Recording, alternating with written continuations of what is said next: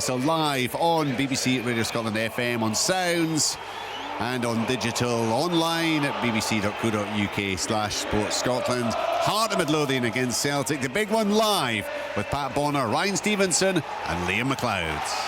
On your radio, online at BBC Sports Scotland, your smart speaker and BBC Sounds. This is Sports Sound from BBC Radio Scotland.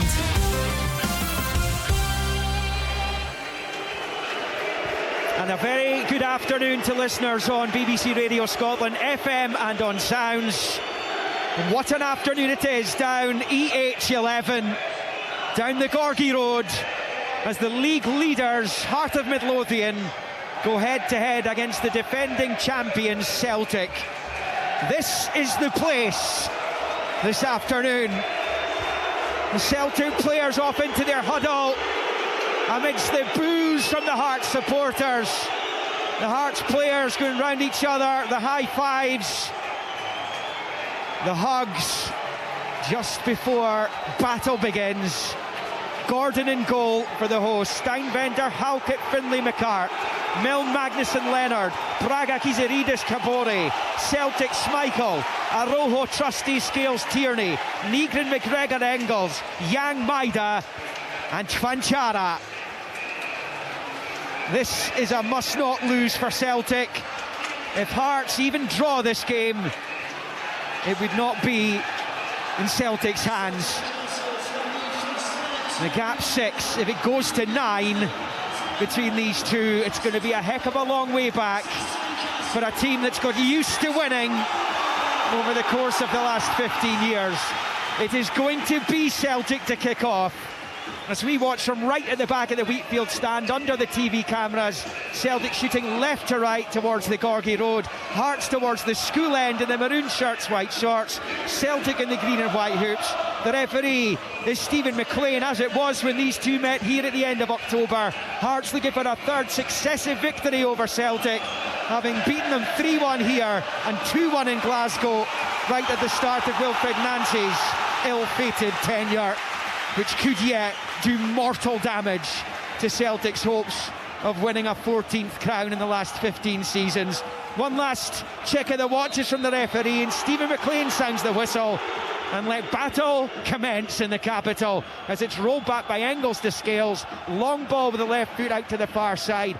Braga's onto it, flicks it with the back heel. Scales in the halfway line up into the air, looking for a first involvement for the big striker Chvanchara, who has given away the free kick, and it will be a Hearts free kick just round about the midway point of their own half. Who will settle the quicker? Ryan Stevenson. For the $1 million question, I think Hearts will be happy the way it started there. The fact that their centre half was big and towering and strong, and Craig Halkett going and winning his first header there. And they'll look to try and put Celtic on the back foot as quickly as they possibly can. I just wonder if Celtic for the first 10-15 minutes will just try and play it into Hearts' half and just sort of back up the play from there and try and just not allow Hearts to get any foothold in the game. How much do you think Packy, given Hearts were at home with the feet up on Thursday while Celtic were playing with 10 men for most of the time in Bologna? How much will that come into it, do you think? Yeah, listen, it's obviously a point of reference, but ultimately Celtic's been used to it. I know the 10 men might have made a little bit of difference, but they have to play Saturday, Sunday, midweek, whatever it is, and that is a continuous almost throughout the season now. So there's no excuses from that perspective. I think they've just got to be able to, as I said just minutes ago, they've got to be able to handle the pressure. This is a free kick now for Hearts. Can they defend? Can they do all those basics right? So on the halfway line's the new boy Leonard on his debut on loan from Birmingham. Long ball with the right foot into the Celtic box, headed half away by Yang. Kiziridis, who was amongst the goals the last time the champions were here, twisting away back out towards the touchline against Yang, not once but twice, still he has it. Yang trying to hold him off, and then Engels comes across, batters it off Kiziridis, and behind it goes for a Celtic goal kick. But the Hearts fans happy with what they've seen in the opening 2 minutes of the game. A couple of free kicks over on that right side. The latter got up towards the final third. It's come to nothing.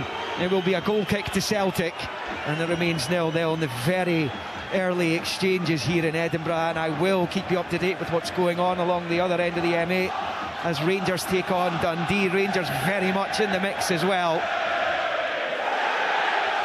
Although I believe that hasn't yet got underway. I'm not sure why there's 2 minutes past 3, I suppose. We're pretty prompt here. It's the long ball forward. It's Halkett who's got the armband today, wins the header out to Milne on the far side, back to Steinvender, he smashes it forward looking for Kabore. Scales wins the header, Engels takes a touch, finds McGregor, who rolls it back to Scales and square to Trusty, who was man of the match against Bologna on Thursday in the Europa League. Back to Schmeichel, long ball forward, it goes through Tvanchara and it breaks here for Steinvender, who hoofs it up into the air for Kabore. The game hasn't settled yet at all as Scales leathers it up the pitch with the right foot and out for a Hearts throw-in.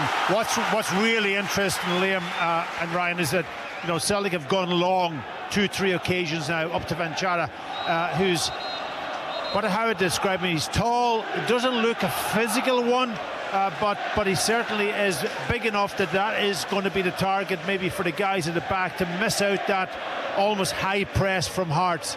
I think if you're Martin O'Neill, you're saying to him anyway, even if you don't win it, just put it up to him and then try and get round about him. But Craig Halkett has been more than a match for him so far anyway. Well, Martin O'Neill was telling us during the week in Bologna that Tvanchara is not necessarily a target man in the mould of John Hartson and Chris Sutton, as the reference points that he made, having worked with those two to great effect in his glittering 5 years in charge. Here's a Rojo for Celtic back in the side, was ineligible during the week, comes out to Yang, and then just outside the centre circle it's with Trusty. He's not really got an option that he can see, but he's found Yang now wide on the right. Yang can now try and take on McCart, uses a Rojo in the overlap, wins the corner off Jamie McCart on this near side. First time Celtic have got forward in the match, and it results in the first corner of the match, which Kieran Tierney's coming out to take. Yeah, Trusty had an option. He could have played that ball over the top for Maeda, who had made a really good run from out left to insert it almost as a diagonal in behind the defenders, and he didn't take the option. They did work it down the side, and they've got their corner. So in swinger from Kieran Tierney, down to the right, the Celtic right in front of the wheat field, and it comes left-footed towards the back post. Scales wins the header and Gordon holds on. He dealt with that very confidently to the veteran, and it stays nothing each here. But that was when you saw Scales make the contact with the ball there. If you're a Hearts supporter, you're panicking a little bit, but it is still Hearts 0, Celtic 0. I think that's what Celtic have to do, is just sort of, as I said at the start, try and play in Hearts half. It was good play to get the corner, and then a good corner in, and Scales attacking it well. Just probably not enough power in the header to trouble Craig Gordon. But I think if Celtic are going to get anything out of the game, is they have to just play in Hearts' half. I think when they try and dilly-dally about on in their own half, it allows Hearts to try and get up on them and use that press that they're good at. Yang looking for Nygren, he was tripped by Leonard. It's 2 fouls in the space of 30 seconds from Mark Leonard, and this one is on the edge of the Hearts box. It's right of the D, and it is an opportunity here for the visitors. He's a lucky boy. Yeah, that should be a booking. I think Leonard probably just... It was a professional foul. Yeah, but I'm going to say he's a yard off. He's a yard off, probably being tight on his runner. He then pulls his shot. I think Nygren's running into the box. I mean, he's done really well to get away without getting a booking there. But listen, that's a bit of a wake-up call for him as well, that he's going to make their runs. He's going to have to be, as good as Derek said on his interview, he's good on the ball. He's going to have to do a lot of running back and a lot of defensive work. So he has to be switched on for that. Celtic's top scorer this season, Benjamin Nygren, and fouled by Leonard, who has been playing for Birmingham City this season, albeit a lot of appearances off the bench. Four-man Hearts wall, and there's a problem with the VAR at Ibrox, which is why kickoff's been delayed there. So that is underway at Ibrox, Rangers Dundee. It's goalless here. We played 6.5 minutes. Celtic with a free kick chance at the edge of the Hearts box. Four-man Hearts wall, 2 Celtic players, Maeda and Yang in front of it. It's Nygren, it's 1-0, brilliant free kick, and Benjamin Nygren scores with the left peg into the top right corner away from Gordon, and that is a massive goal for the defending champions on an afternoon where they simply cannot lose. They lead in the capital. Heart of Midlothian 0, Celtic 1. Oh, it was a perfect strike, wasn't it? It was a perfect angle also to get your left foot wrapped around. I just was wondering who was going to take it. Was it going to be Engels? Was it going to be Nygren? And four-man wall, it goes over the top of the wall, just curling away from Craig Gordon up into that top left-hand corner. Brilliant strike to give Celtic the advantage. Yeah, it's a magnificent free kick. And again, listen, I said about Leonard, and then you, Liam, you go on and say how Negrin's a top goal scorer, so you know how dangerous he is in general play and from dead ball situation. But regardless who's in goal there, you're not stopping that. And I was actually just sitting as Packy cut in there. Derek McInnes has sprinted to the Celtic bench there as well, so something's obviously happened on the bench. But it's a bitter blow for Hearts, but a great start. I think Hearts started reasonably well, just kind of on the front foot, aggressive, but it just shows you how dangerous Celtic can be as well. Just that little bit of play, get the corner, get a good header from the corner. Craig Gordon obviously saves it. 13th goal of the season for Benjamin Negrin, incidentally, as he adds to his tally for the campaign. And Celtic opening the scoring round about the time Hearts opened the scoring the last time Celtic were here, when Dane Murray slashed into his own net. 1-0 Celtic. Hearts on the charge here, though. They got a throw-in over on the right hand side, about level with the Celtic 18-yard line. On the main stand side, the Hearts right as they attack the goal to our left. Harry Milne bowling it short to Leonard, back to Milne, and then to Leonard again as he shifts in field. He tried to disguise the ball towards Finlay. Low pass cleared on the 18-yard line by Tierney, and Steinvender gets on to it, puts it out for a Celtic throw-in. Hearts have to react in the right way here. They haven't been asked too many questions at times this season, just the 2 defeats to Aberdeen and to Hibs. They haven't actually lost a home league game since the end of April, when Dundee beat them. Simon Murray, the last visiting player to score a winning goal against them in the league at Tynecastle. It was Neil Critchley's last game in charge, as well as Tierney gets onto a forward ball from Kizaridis. He goes back to Schmeichel, who rolls it low to Julian Araujo on this near side, and he launches it deep into the Hearts half, but it sails all the way through to Craig Gordon. 9.5 in, Hearts 0, Celtic 1. Packy, nothing Craig Gordon could have done about that free kick. I don't think so either. I don't think so. I think the pace was on it. I was swinging away from him. It was right up in the top corner, and it would have been an incredible save if he got to it. Now, he's a big lad, Craig, and he has to protect the other side of the goal and hope his wall can do the business, and it was so accurate with that pace. I don't think he had any chance of getting to it. But yeah, listen, Celtic have started off well. Their tactics have been spot on. Get the ball forward, don't try to, as Ryan was saying, don't try to dilly-dally out of the back and silly passes. They've got the ball forward into Hearts half, and that's where the free kick has come from, and that's where the goal has come from. And it's quieting the crowd also, which is, again, I said before, to give pressure, Liam, handle the pressure. That's one way of handling it. Well, the difference is stark in Celtic's results under O'Neill than it was just before Rodgers left, and obviously during Nancy's short spell in charge. But Hearts going up against the Celtic manager with the best winning percentage in the club's history, and he's got a quite magnificent record in league games. This is his 199th Scottish top flight match. He's only lost 15 of them, which is a remarkable record, and he's just got that steely determination to come back here all those years on, a couple of decades on from the success he enjoyed. Braga, can he get him behind Scales? Yes, he can. He shoots, and Schmeichel holds on, and Braga holds his head in his hands because he knows that's a huge chance to equalise and cancel out that Negrin free kick. He couldn't have wished to be in a better position, really. Oh, I think he's got to score that. I mean, you would expect him to score it. I think he just finds himself in the right side of the Celtic defence. Foul by Halkett, incidentally, on Chvanchara. Ryan, 12 yards out, middle of the goal, and he just no power on the shot, and you just expect him to just slot that away into the corner. I was going to say, Ryan, that Hearts have gone almost like a 4-4-2, yep, with Braga playing up off Kabori up front, and that worked perfectly in that instance. That's a great chance for the Hearts number 10. Revelation this season. Here comes Celtic. Maida's in a good position on the left, whips it across, couldn't find Chvanchara, breaks back for Tierney in the area. Maida goes chasing after it. Was a foul? Yes, it was, on Leonard, right hand side of the Hearts box. Free kick. The Hearts fans aren't happy. There's been one or two decisions they feel should have gone their way that haven't. Do you know what? I actually questioned Celtic at the start of the show just about how they would approach the game and things like that. See every tackle, they went in for it. Maida leaving one on Leonard there as well, so they look as if they've got the bit between their teeth today as well. A kind of point to prove. and they look at it as well. But big chance going back on that. There was a big chance there for Hearts. But that'll offer them encouragement that they can get in behind. Scales was a little bit timid in the challenge there, and Braga brushed him aside, got in behind goal side. He's about 16, 17 yards from goal as he shot with the right foot looking for the bottom left, but Schmeichel made a comfortable stop in the end as Araujo picks up on this near side, up the halfway line to the right for Yang. Back it goes to Trusty. He'll square it to Liam Scales. Some fantastic last-ditch defending from Celtic on Thursday in Italy. So left with a priceless point.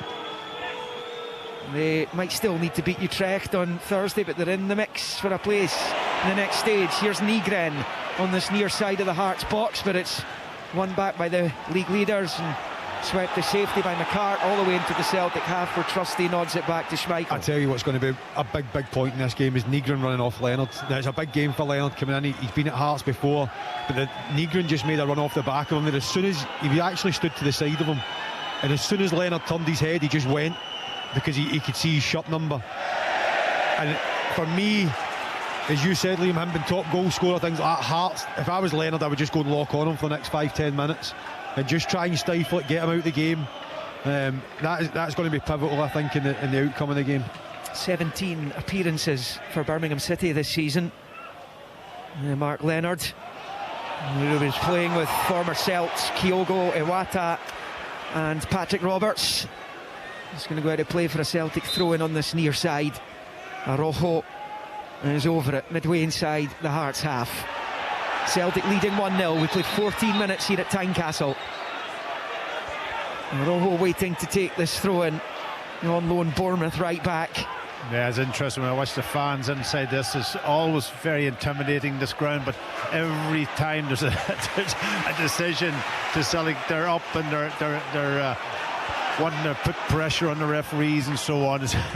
That's the way it's going to be. Yeah, I mentioned earlier Hearts haven't always been asked questions this season, but when they have done, they've generally come up with answers.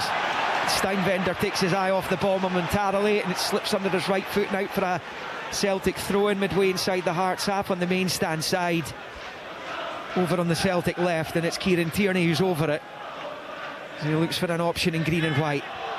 He's about to hit the 15-minute mark. Tierney with the long throw-in into the box. Maida chases, but it bounces and skips up into the gloves of Gordon, who holds on, of course, of that fantastic spell at Celtic Park. Craig Gordon, he was signed by Ronnie Dyler during Ronnie Dyler's early days and went on to win silverware when it looked like his career was over after 2 years out of the game. And he went in there and won 12 major honours at Celtic in the end. As Maida manages to get the flick, he's got an option ahead of him, they can find it's an important challenge by Steinvender though, over there on the far side with Leonard, who won it back initially. Here is Engels for Celtic, sweeping it out wide right here for Yang, moving infield to a right central position as ball forwards cut out. And then Tierney and Milne going in the 50-50. It's won by Tierney into the box where Hearts clear into the halfway area, and it's McGregor who gets it back to Kasper Schmeichel. Yeah, Ryan did mention, I think still they're coming out on top with the 50-50s at the moment. That was a challenge from Tierney there, and he gets in quickly, and I could have went anywhere. That's that ball. A great header by Araujo. Yang's away down the right hand side looking for Chvanchara in the middle, and it's away by Halkett. Engels wins it back off McCart. McGregor rolls it out to Yang here. Yang now drops the shoulder, moves towards the byline, fires it across, cut out by Findlay. Breaks to Kizaridis, who whips it clear up this near side. Braga nicks ahead of Araujo, and his ball forward's going to come straight to Trusty. Kizaridis not happy with the attentions of Callum McGregor there. He's having a word with referee McLean too. McGregor plays it back to Scales and out to Tierney on the left hand side. He plays it off Milne and out for a Celtic throw-in. Hearts fans ain't happy here. 16, almost 17 minutes in. Hearts 0, Celtic 1. Yeah, Callum McGregor just doing what any good captain would do. He kind of running past Kizaridis there and sort of leaving a little shoulder into him just to let him know he's there. But Hearts look a little rattled. I think if you're Derek McInnes, you'd just be trying to tell him to settle down, try and find a way back into the game, try and find a bit of rhythm, whether that's just playing it in behind and trying to get up the pitch. But Celtic definitely on the front foot. I was actually watching it went out for Kieran Tierney for a throw in there, and Martin O'Neill, the first thing he's doing was just screaming to launch it down the line, so you know their game plan, you know what they're going to do. And especially having that goal, a quality goal, they've now got something to hang on to. Leonard's long balls, he caught there, yes he was. Free kick Hearts as he smashed it up the pitch, did go out over the line for a Celtic throw-in. That not been given as a free kick, but it's in to the right hand side of the centre circle, inside their own half. Still goalless at Ibrox between Rangers and Dundee, and Celtic enjoying a lead given to them by Benjamin Nygren's free kick on the edge of the Hearts box. It is Leonard on the ball in the centre circle, where he rolls it with the right foot low out to Findlay, who goes back to Leonard just outside the centre circle. Harry Milne, cushion header back down the line for Steinwender, turns away back towards his own goal, away from Maida, threads it back to Leonard, who moves it right to left to the centre circle for Findlay. Now into the Celtic half, out to the left for Alexandros Kizaridis, turns away from Yang, looks up at the box, bends across, it's a good one, but it's just too high for Milne, and it sails behind for the goal kick to the visitors. Hearts 0, Celtic 1. Yeah, it was a good ball, wasn't it? What I've noticed with Celtic over the last couple of weeks since Martin's come back, he's keeping his full backs almost in. They don't go to the winger. He's asking, obviously, Yang in this side. He'd be the one that would confront Kizaridis initially, and Aroa stays in his position, and likewise on the other side, which is interesting. I think that's sensible, trying to keep that shape so that they're defensively they're sort of sound. But from the Hearts' point of view as well, Kizaridis doing what you know he's going to come back inside, put a good ball in there, and Millen probably just jumping underneath it, or maybe Kizaridis just a bit over-hit it. But that's what they need to try and do, Hearts. They need to try and get the ball wide and try and get balls in Celtic's box and ask questions. Maida's little ball to Chvanchara over on the left hand side. Steinwender and Maida battling for it. Maida's won the ball, but it's a foul, says the ref, just as Chvanchara's eyes lit up and he drove down the left in space. Yeah, I thought he was lucky there. The free kick. Yeah, lucky there. I don't think that was I didn't think it was a free kick, and Chvanchara, as you say, was away down this left hand side on his own. Interesting to see how the Czech gets on. He actually came up against Celtic in a couple of sub appearances when he was at his first senior club, Jablonec, in a Europa League qualifier. And Celtic had Postecoglou in charge early on there as Arojo gets it forward to Chvanchara, kills in the chest, breaks into the centre circle, bouncing around. Celtic can't get a foot in the ball in the midfield there, and it's Kabore, goes back to Steinwender. The ref's pointing to his arm, so it's come off a Hearts player's arm. Free kick to Celtic just left of the centre circle. 20 minutes played. Hearts 0, Celtic 1. Yeah, Hearts just struggling a little bit to get control of the game. Did it probably a minute? I think they've passed a while back that they had a few passes, but since that they've just struggled a little bit. Long ball trusty that Mills there, but he's headed it behind for the corner. He was hoping that was going to break back to his goalkeeper.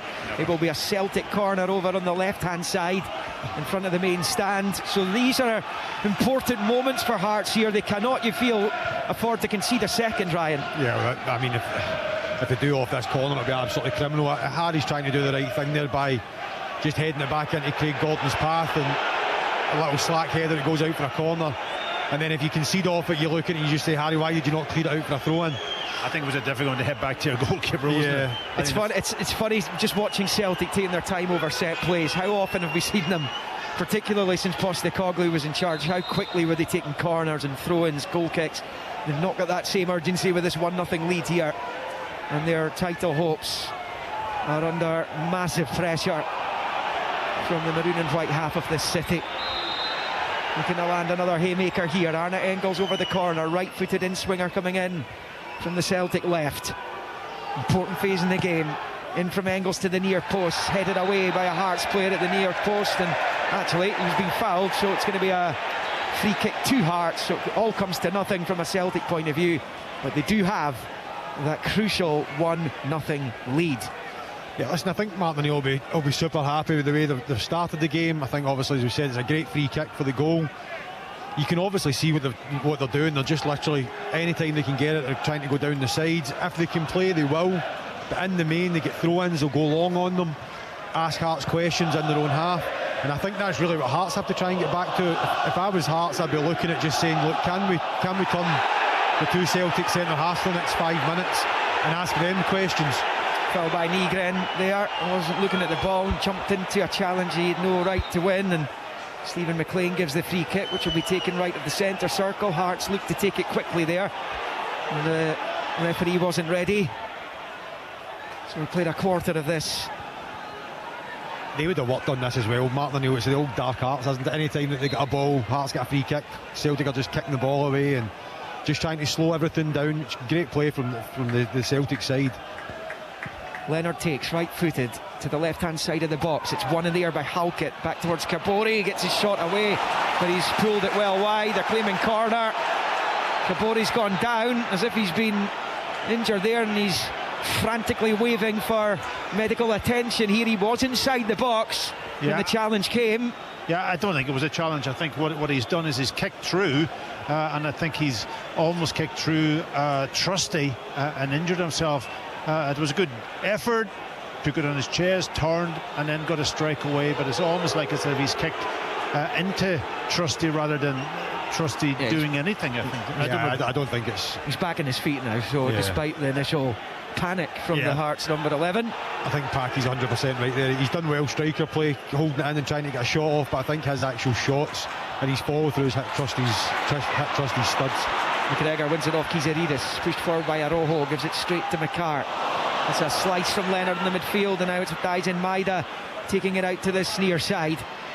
Arojo now trying to give him some support on the overlap. Instead it's moved in field to Engels, to Chvanchara.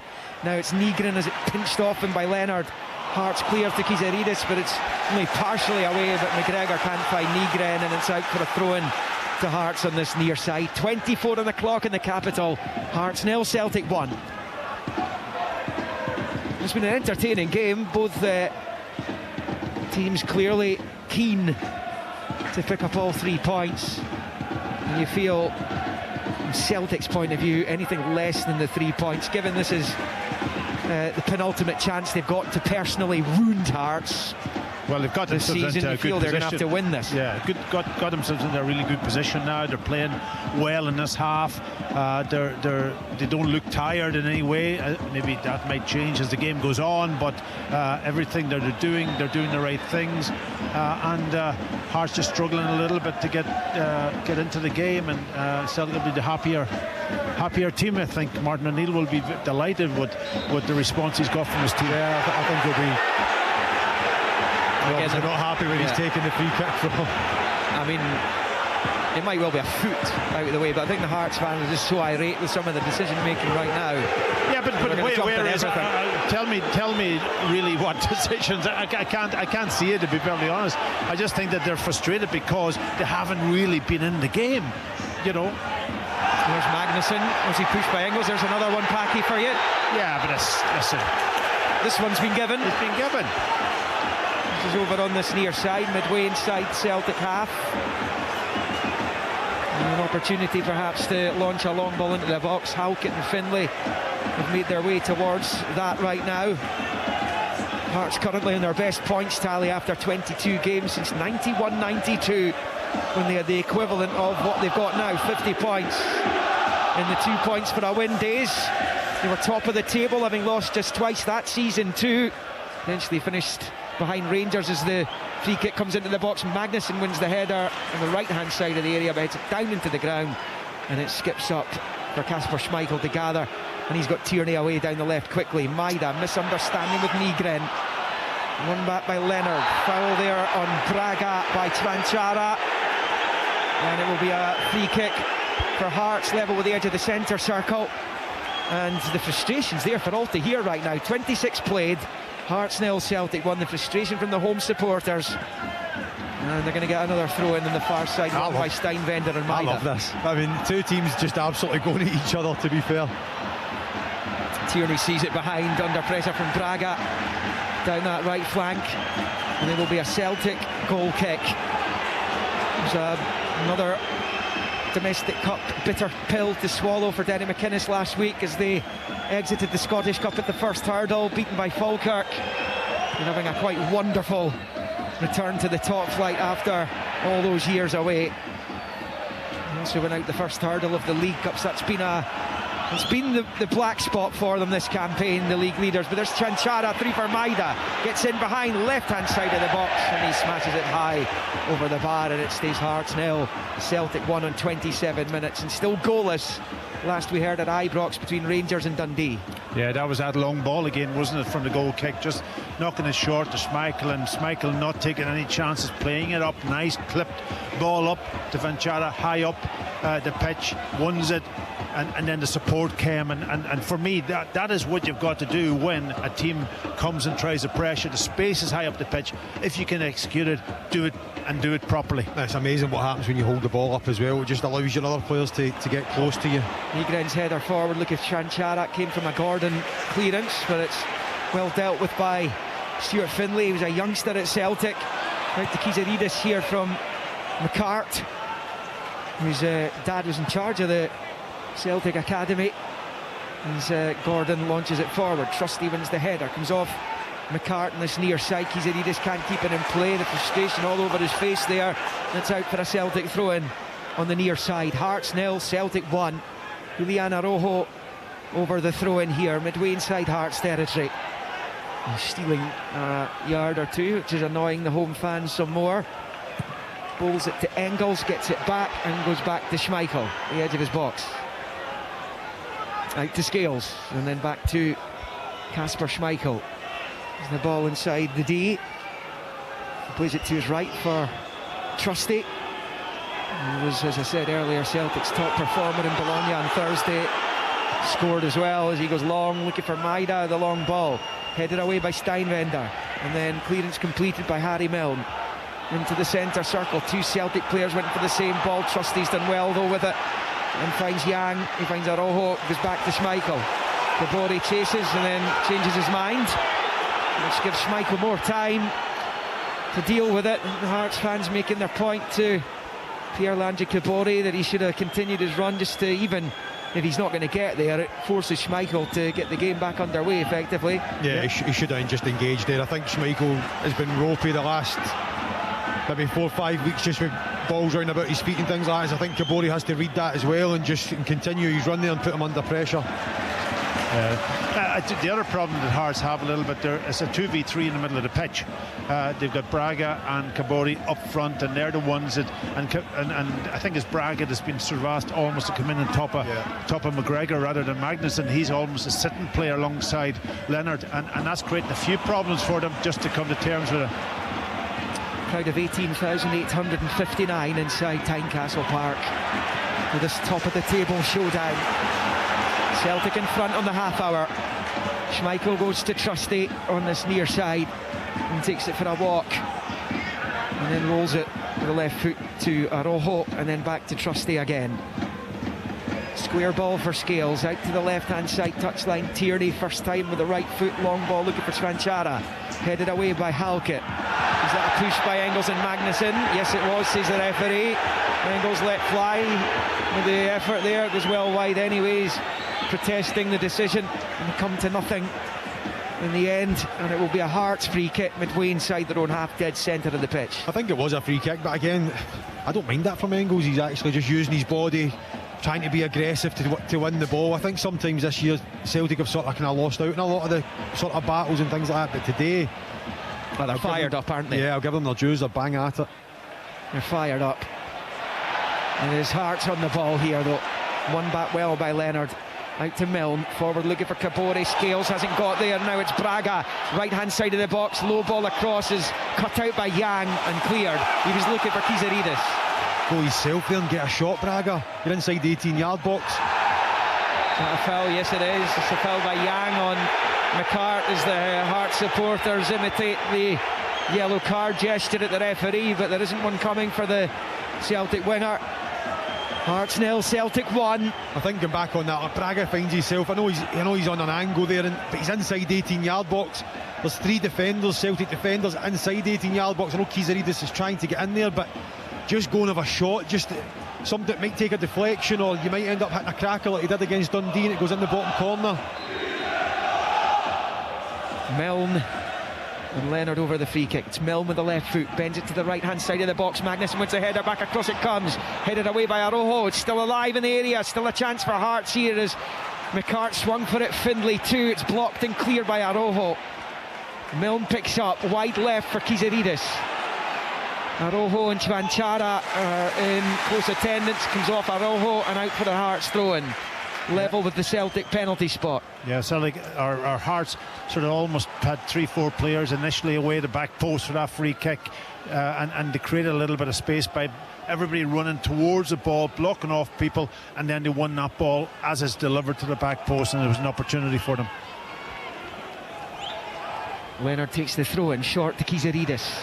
The left angle of the box, fires a good ball in towards the 6-yard area. Comes up off ahead, it's Milne back across, and Schmeichel holds on underneath his crossbar. Better minute or two there for the league leaders, Ryan. They still, though, trail Celtic by 1-0. Yeah, I think obviously the free kick, they've tried to work Magnuson on the back post, and he gets a better contact than the one before, and they try and get something out of it.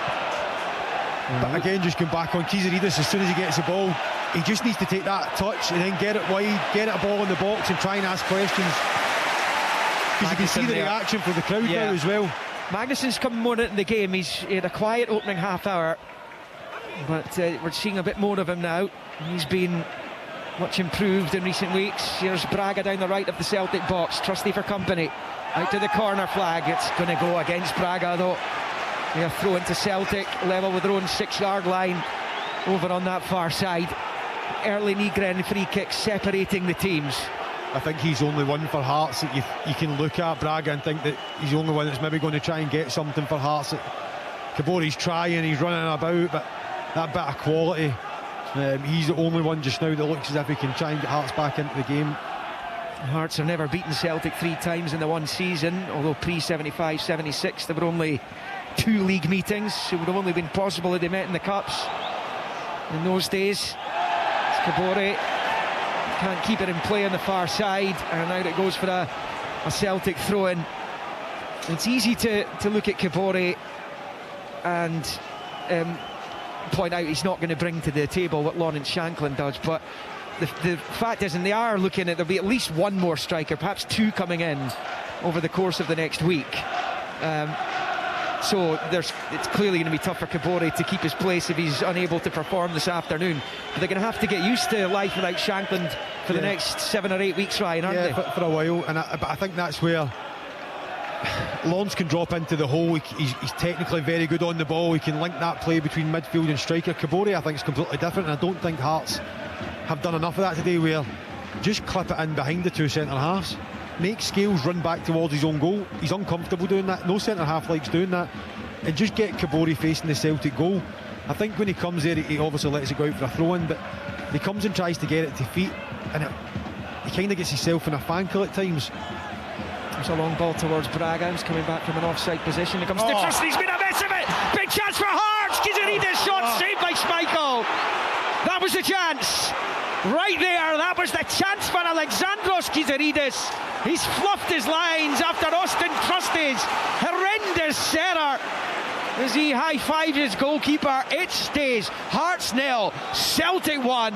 What a chance for Kizaridis. Yeah, massive, and it was one of them bouncing balls. He wasn't unsure whether he should head it, whether he should control it. He tries then to play it back and gets it all wrong, and Schmeichel comes up with the big save. Right hand side of the box, Hearts come again though. They've still got an opportunity. Kizaridis dancing into the box. It's blocked by a Celtic defender. As I said, good spell for the leaders this. Swung back into the area. McCart heads it down. It's half away. It's at the edge of the box. The shot from Leonard's blocked on the 18-yard line. And Celtic clear their lines. Hearts smell blood here. They come again. Leonard breaks off Nygren. The ref stop play. Free kick Hearts. Right at the centre circle, though I think the supporters wanted an advantage given there. Hearts 0, Celtic 1. My goodness, what a good entertaining match it is, but what a chance for Kizaridis. 1-on-1 with Schmeichel, who answered questions. Ryan flagged it earlier. He's not been in great form recently. Yeah, it's the same as the sort of Braga one. He takes a touch and he's through, and I think he's just got to smash it as hard as he can and just right at the goal.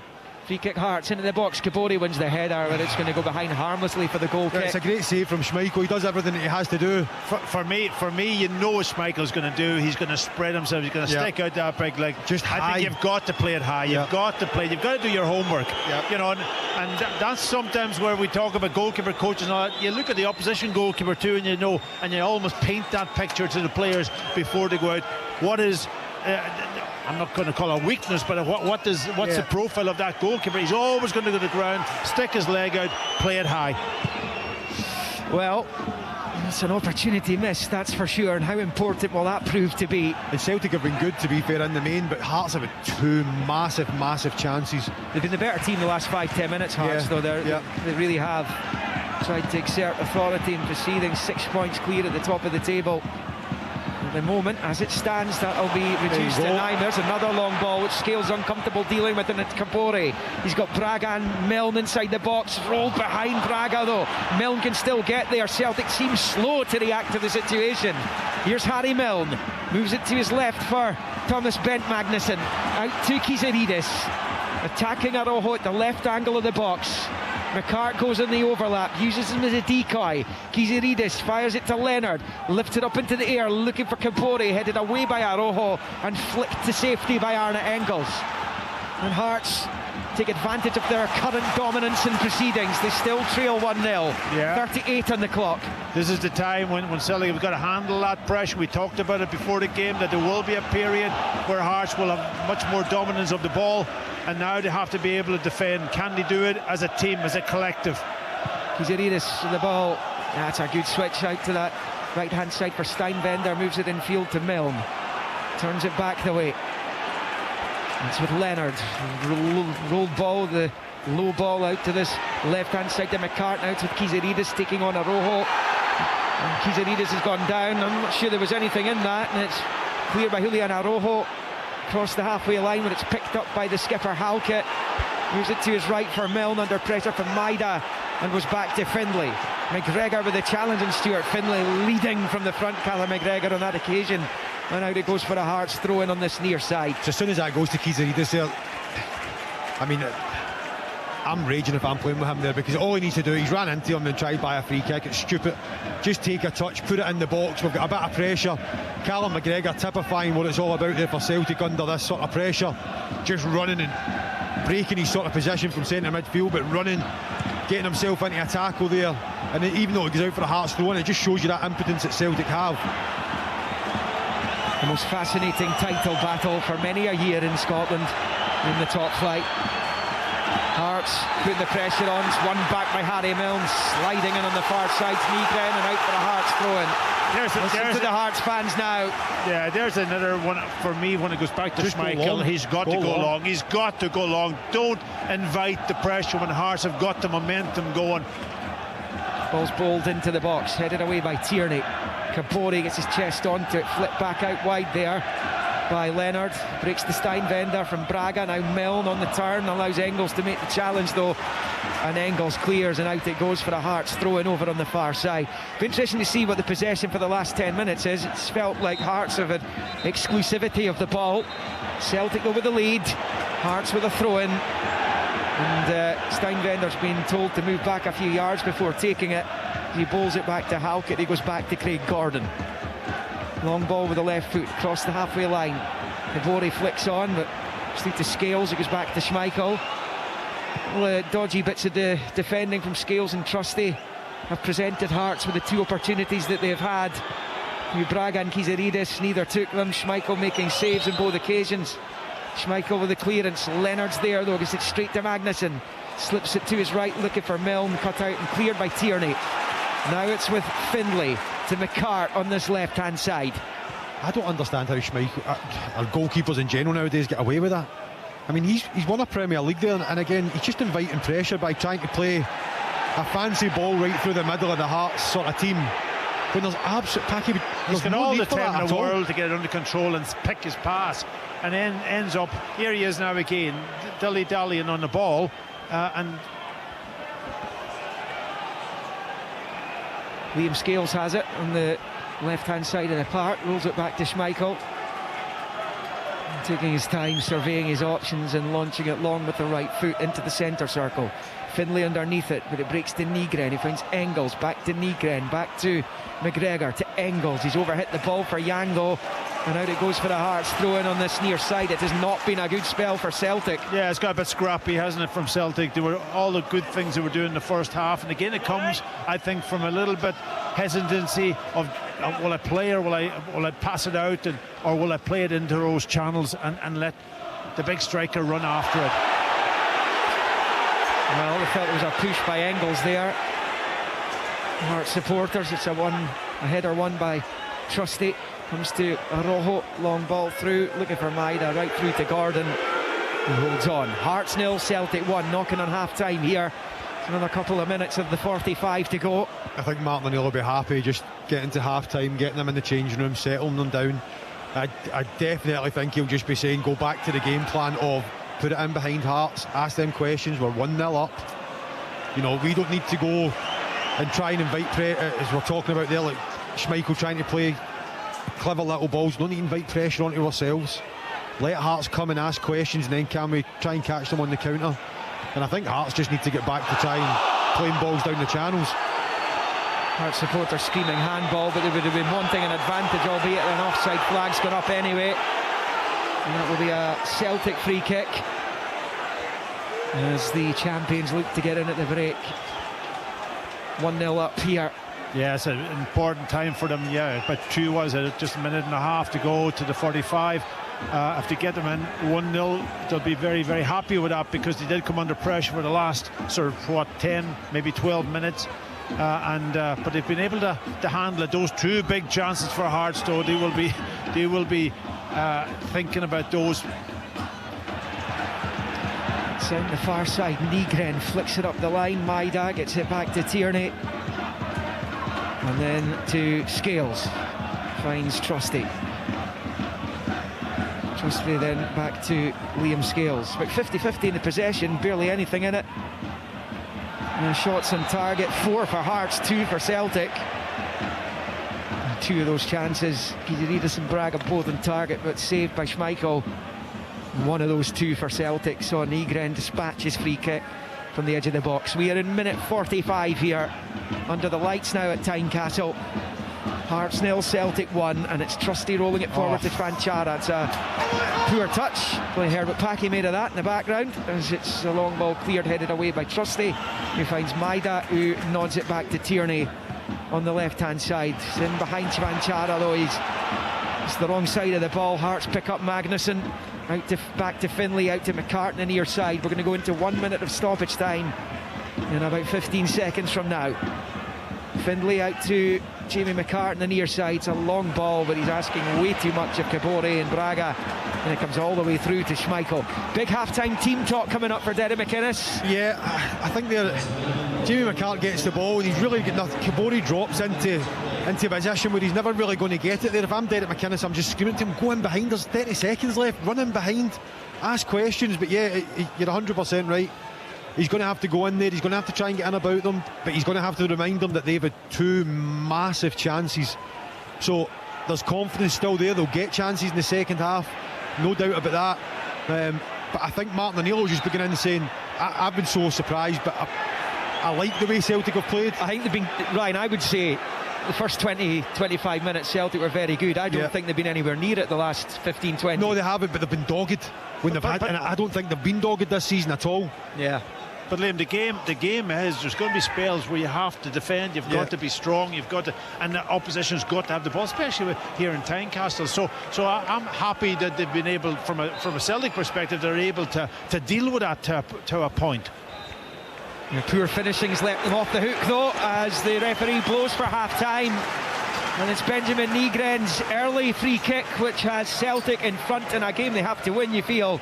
7 minutes in, the foul by Leonard, the strike from Nygren found the top right corner. It was an outstanding free kick for his 13th goal of the season. But my goodness, Hearts have wasted 2 gilt-edged opportunities, first through Claudio Braga, and perhaps most pertinently from Alexandros Gizeridis after the mistake from Austin Trusty. Really had to punish that error. Gizeridis was in on Schmeichel, 1-on-1. but he allowed the goalkeeper to make the save with his boot, and that moment came and went for the league leaders. And just how important is that going to prove to be at the close of business here in the capital this afternoon, where at half-time it is the league leaders' Hearts 0, the champion Celtic 1. Scottish football lives here. What a goal! This is Sports Sound. From BBC Radio Scotland. What makes Radio Scotland breakfast different? For starters, our programme is made here in Scotland. Every day you can have your say. Send us a message, a voice note on the topics which matter to you. And if you want to have your say on the lighter things in life, well, that's okay too. But what really makes every day different is the news. It's fast-paced, constantly changing, and we'll bring it to you in depth every morning. Join Martin Geisler and Laura McKeever for Radio Scotland Breakfast. Listen tomorrow morning from 6 on BBC Radio Scotland and Sounds.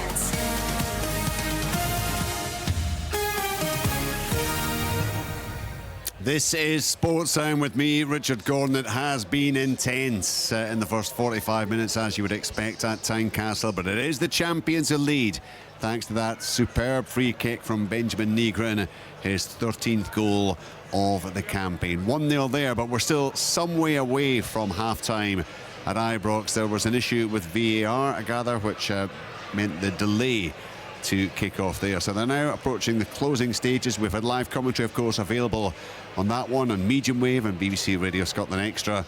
We're now going to join the last few minutes of the first half with our commentary team of Rory Loy and Kerdy Knudsen. We'll get to them in just a moment or two, and we will bring you the closing stages of that one. So let's just reflect then on the opening 45. Tom English is there alongside our commentary team at Tynecastle. Has it been what you'd anticipated, Tom, or has anything caught you by surprise? No, I was hoping for a bit more quality, a few more chances, some more kind of coherent, classy football, but we haven't got that. We've got an almighty battle, is what we have. Loads of niggles, some of them taking place in the dugout. But it's been scrappy. I think Celtic started pretty well. They got the goal, but it's been Hearts for the last. I agree with Liam. For the last 20 minutes, it's been pretty much all Hearts. They've had two fantastic chances, and I look at Braga and then I look at Kirstarides and I'm thinking of Lawrence Shankland. If he was on the end of one of those or both of those, would the scoreline still be 0-1? I'm not so sure it would. But yeah, dogged. I also agree with the lads. The Celtic have been dogged. They're hanging in there, but they're ahead with a sensational free kick. They haven't done a whole lot in the last 20-25 minutes of this game. I think they're asking for a bit of trouble. If the flow of the game continues the way it is, you can see Hearts scoring. But it's pretty grisly, I have to say. But it's both sides desperately wanting it, and maybe my dream of champagne football was a little bit naive when you've got so much at stake.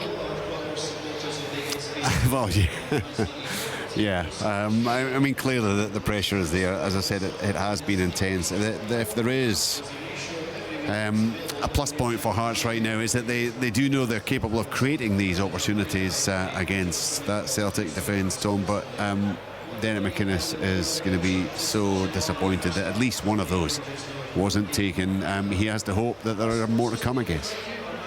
Yeah, absolutely. And the Hearts, the intensity is right up there.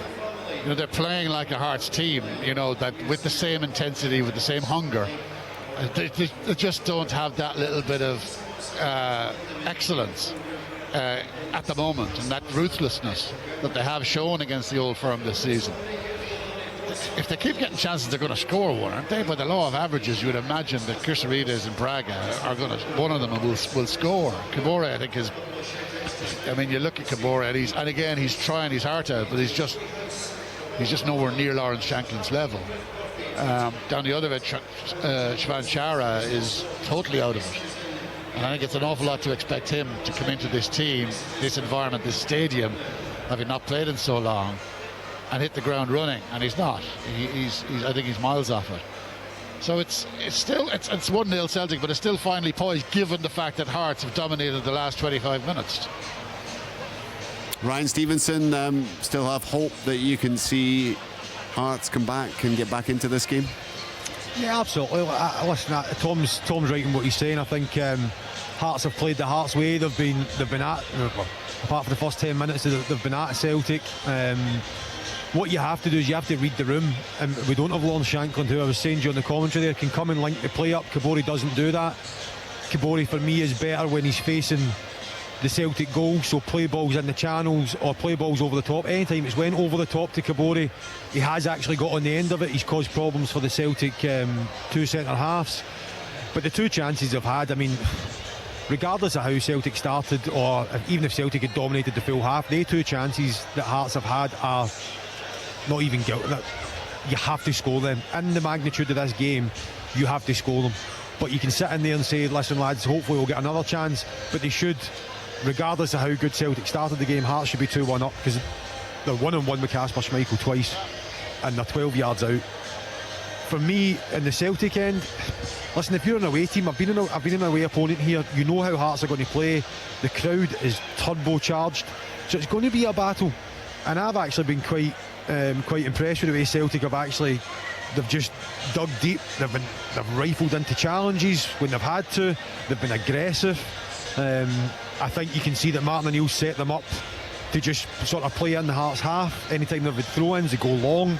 A couple of times that they didn't do that, Martin O'Neill was going absolutely berserk on in the dugout, just telling them to throw it up the line. So you know what Celtic are going to do. I think you'll be disappointed the way that the first half's ended. But I've enjoyed it. Listen, it's two teams going at each other.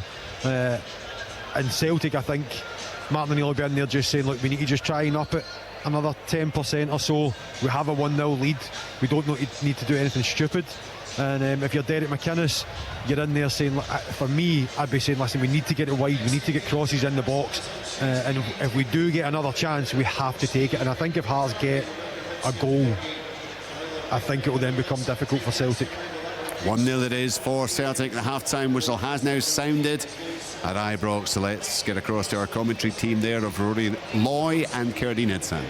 It's goalless here at Ibrox. It's been a pretty good game of football. Rangers took a wee while to get going. When they did, it was nearly spectacular. Manny Fernandez, just before the half-time whistle, from a free kick that was chipped towards him, took it on his chest and got into position for a spectacular overhead bicycle kick, which went just narrowly wide of goalkeeper John McCracken's right hand post. Frankly, if he'd taken the header on instead of the overhead kick, I think he would have had a better chance of scoring. Rangers did have a goal disallowed early on. It was the new boy Tochi Chukwuani, his second appearance but his first start for Rangers. Cross came in from the right hand side. His header was good into the bottom corner, but there was a narrow offside decision against him.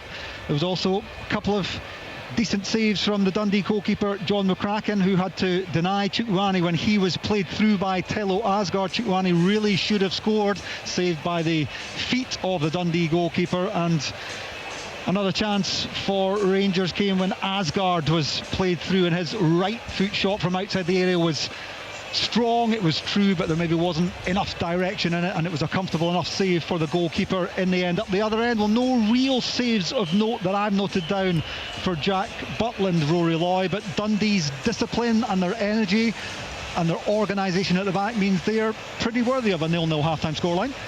Yeah, they are. They've not really caused Rangers too many problems offensively, which I've been disappointed about. The two players I was looking forward to seeing today were Scott Olsen for Rangers, obviously it's his debut, and Yogan for Dundee, both playing on the same side, and the ball's hardly went down that side, so from that point of view, neither of those players have really been in the game. Dundee have been organised, as you say, Keradine, but Rangers should have scored. They've some gilt-edged chances. Chukwuani should score when he's clean through with his left foot. Didn't look comfortable on that left foot despite having a good first half, and I think Tello Asgard, who for me he's probably been Rangers' most intelligent and creative player in this first half, should do better when he's bearing down on goal with his right foot, as we've seen how capable he is against Annan of scoring top class goals. So look, 0-0 at half time. Stephen Presley will be happy enough, although he didn't look happy for large parts of that first half. So Rangers need to do more. Dundee will be quite happy, but they need to do more also offensively if they're looking to win this game. Dundee did get a point here early in the season. It was August the 9th. They very nearly got a 1-0 win, but a last-minute James Tavernier penalty bailed Rangers out on that day. At the moment, as things stand here at Ibrox, Dundee are set for another valuable point. At half-time, it's Rangers 0, Dundee 0. It's always likely to be a hugely important afternoon in the battle for the 2025-26 Premiership title. As things stand, it's going Celtic's way because they are beating Heart of Midlothian, and Rangers as yet unable to break the deadlock against their visitors Dundee at Ibrox. Full live commentary, remember, to come from Ibrox. You'll get that on the radio if you're on 810 medium wave. If you're going on to BBC Sounds, it'll be Radio Scotland Extra. Of course, it's also available online at bbc.co.uk/sportscotland. Pat Bonner, what have you made of the first 45 minutes there at Tynecastle? Yeah, well, I didn't expect too much different. I always thought that Hearts would have a period in this game where they would dominate the ball and push Celtic back, and could Celtic, and I did ask that question, could they handle that pressure? And I think they've done that. Yes, the two big chances that Hearts got could have ended up with a goal, but it hasn't gone in the back of the net. And then, of course, and what surprised me slightly was the way that Celtic approached it early on. We'd expect them maybe to get a ball down and pass it and try to control the game that way, but they didn't. They controlled it in a different way by playing the ball in behind, running after, being aggressive, and doing all the things that you would maybe expect under a Martin O'Neill team. So you can see the influence that he's had on. He's been here many times before when he was a manager. He knows how difficult it is. So you've got to be able to handle that, and you've got to play to your strengths to a point, which is is that Celtic strength at the moment, playing balls in behind. They have got the pace of Maeda, one side Yang, they've got the big guy now up front, and you could see even from Schmeichel at the early on when he went to play those balls up to him, that was probably what was told, that he was told before the game started. Then he started to mess around a little bit and passing the ball, and that just allowed Hearts then to get a little bit of control on that sort of last almost 15-20 minutes. But Celtic have survived it from that perspective. It'll be really interesting to see, can they continue what they were doing, and I think they will, because Martin will take them in and say, listen guys, what we've been doing well in that first opening period was putting that ball, and that's what we continue to do, nothing else. Don't try to be too adventurous by playing balls out through the thirds of the pitch, because Hearts, if they get it and get the crowd on, putting the pressure on, and we lose a goal, then we could end up losing this game. So they're in a very, very good position. Hearts have got to do something. I definitely think that Kabori up front is not Shanklin would have better movement and so on, but that's what they have got to deal with. That's what they have, and they've got to find a way to get back into this game. They've got to find a way, otherwise further questions will be asked from Celtic's point of view, I guess, other than a few scary moments at the back, and obviously the fact that Heart of Midlothian have produced those opportunities, two good opportunities, one of them absolutely outstanding when Kizaridis was clear through the middle. They are clearly going to have to find a way through and be more clinical in that second half. In the SWPL this afternoon, Aberdeen 2, Motherwell 1, Hibernian 5, Hamilton 0, and Celtic with a narrow 1-0 win against Montrose. Hearts against Partick Thistle kicking off shortly, and at 4:10, the big one, Glasgow City against Rangers. All the SWPL action on the BBC Scotland channel tomorrow night at 7:30. Right, let's get back to the action. Of course, there'll be a few moments before they get up and running at Ibrox, but that will be available on BBC Radio Scotland Extra, on Sounds, on medium wave and online, here on FM, on the radio, online and on BBC Sounds. The second half live from Tynecastle. It is Heart of Midlothian 0, Celtic 1, live on Sports Sound and BBC Radio Scotland with Pat Bonner, Ryan Stevenson and Liam McLeod. The third meeting between these two this season, Hearts winning the other two, and first at the end of October turned out to be Brendan Rodgers' 293rd and final game in charge of the club. Hearts won 3-1, Murray putting through his own goal early on before McGregor equalised 4 minutes later. The second half goals from Kizaridis and a Shanklin penalty won the day. for Hearts, who won 2-1 in the second meeting at Celtic Park. Braga and McEntee with the goals as the hosts and league leaders kick off in the maroon shirts, white shorts, left to right towards Gorgie Road. Celtic in the green and white hoops will shoot towards the Roseburn school end of Tynecastle, where that pocket of their supporters are off to the right in. 1-0 Celtic lead. A hugely important 45 minutes this. No changes for either team at the start of the second half. So Gordon in goal for the hosts. Steinbender, Halkett, Finlay, McCart, Milne, Magnuson, Leonard, Braga, Kizaridis, Cabore. For Celtic, Schmeichel in goal. Arojo, Trusty, Scales, Tierney. The goal scorer, Nygren, McGregor, Engels, Yang, Maida, Chwanchara. Celtic on the ball in the halfway line with Engels, goes back to McGregor, but he sold his teammate a little bit short there, but Cabore can't make the best of it, and it breaks to Liam Scales, who rolls it to Maida. It's an atrocious ball by Maida, straight to Kizaridis, who's challenged by Arojo, and then Trusty goes in on Cabore. Did he get any of the ball? Cabore's on the deck, he's rolling and writhing on the grass. I think Stephen McLean has brought that back for the incident just before that, and Dyson Maida selling his teammates big time there, and he's fortunate. All that's resulted from it is a free kick to Hearts midway inside the Celtic half. What you don't do is play a square pass, you're what, 40 yards from goal or so, across from your left all the way across. Easy ball for somebody to cut it out, and then you're under severe pressure. Bad mistake from Maeda. They've got away with it, and it is a free kick to Hearts. Well, yeah, I mean, they've got away with it so far, haven't they? But if Hearts profit from this, it's all come from Maida's decision making there. Hearts free kick can set the tone as well. Milne's free kick doesn't set the tone. It's atrocious as Maida's bass was, and it's headed away by Maida, who gave it away in the first place. Hearts have it on the left with Kizaridis to Braga. He's a bit level with the penalty spot, fancies his chances here, and the sliding challenge takes it behind there for the corner kick to Hearts from Chwanchara, back doing a defensive job. It is a Hearts corner, and this is an opportunity for Leonard to get this into the box as they look to start the second half, as they mean to go on. And we know the threat of Hearts from set plays. And a chance then for Leonard to swing it in with the right foot from the Hearts left as they attack the goal to our right. In from Leonard, it's quite deep towards the back post. Finlay wins it and scores! It's an equaliser! And Stuart Finlay, against the club he was a youngster at, scores yet again, his 6th of the season!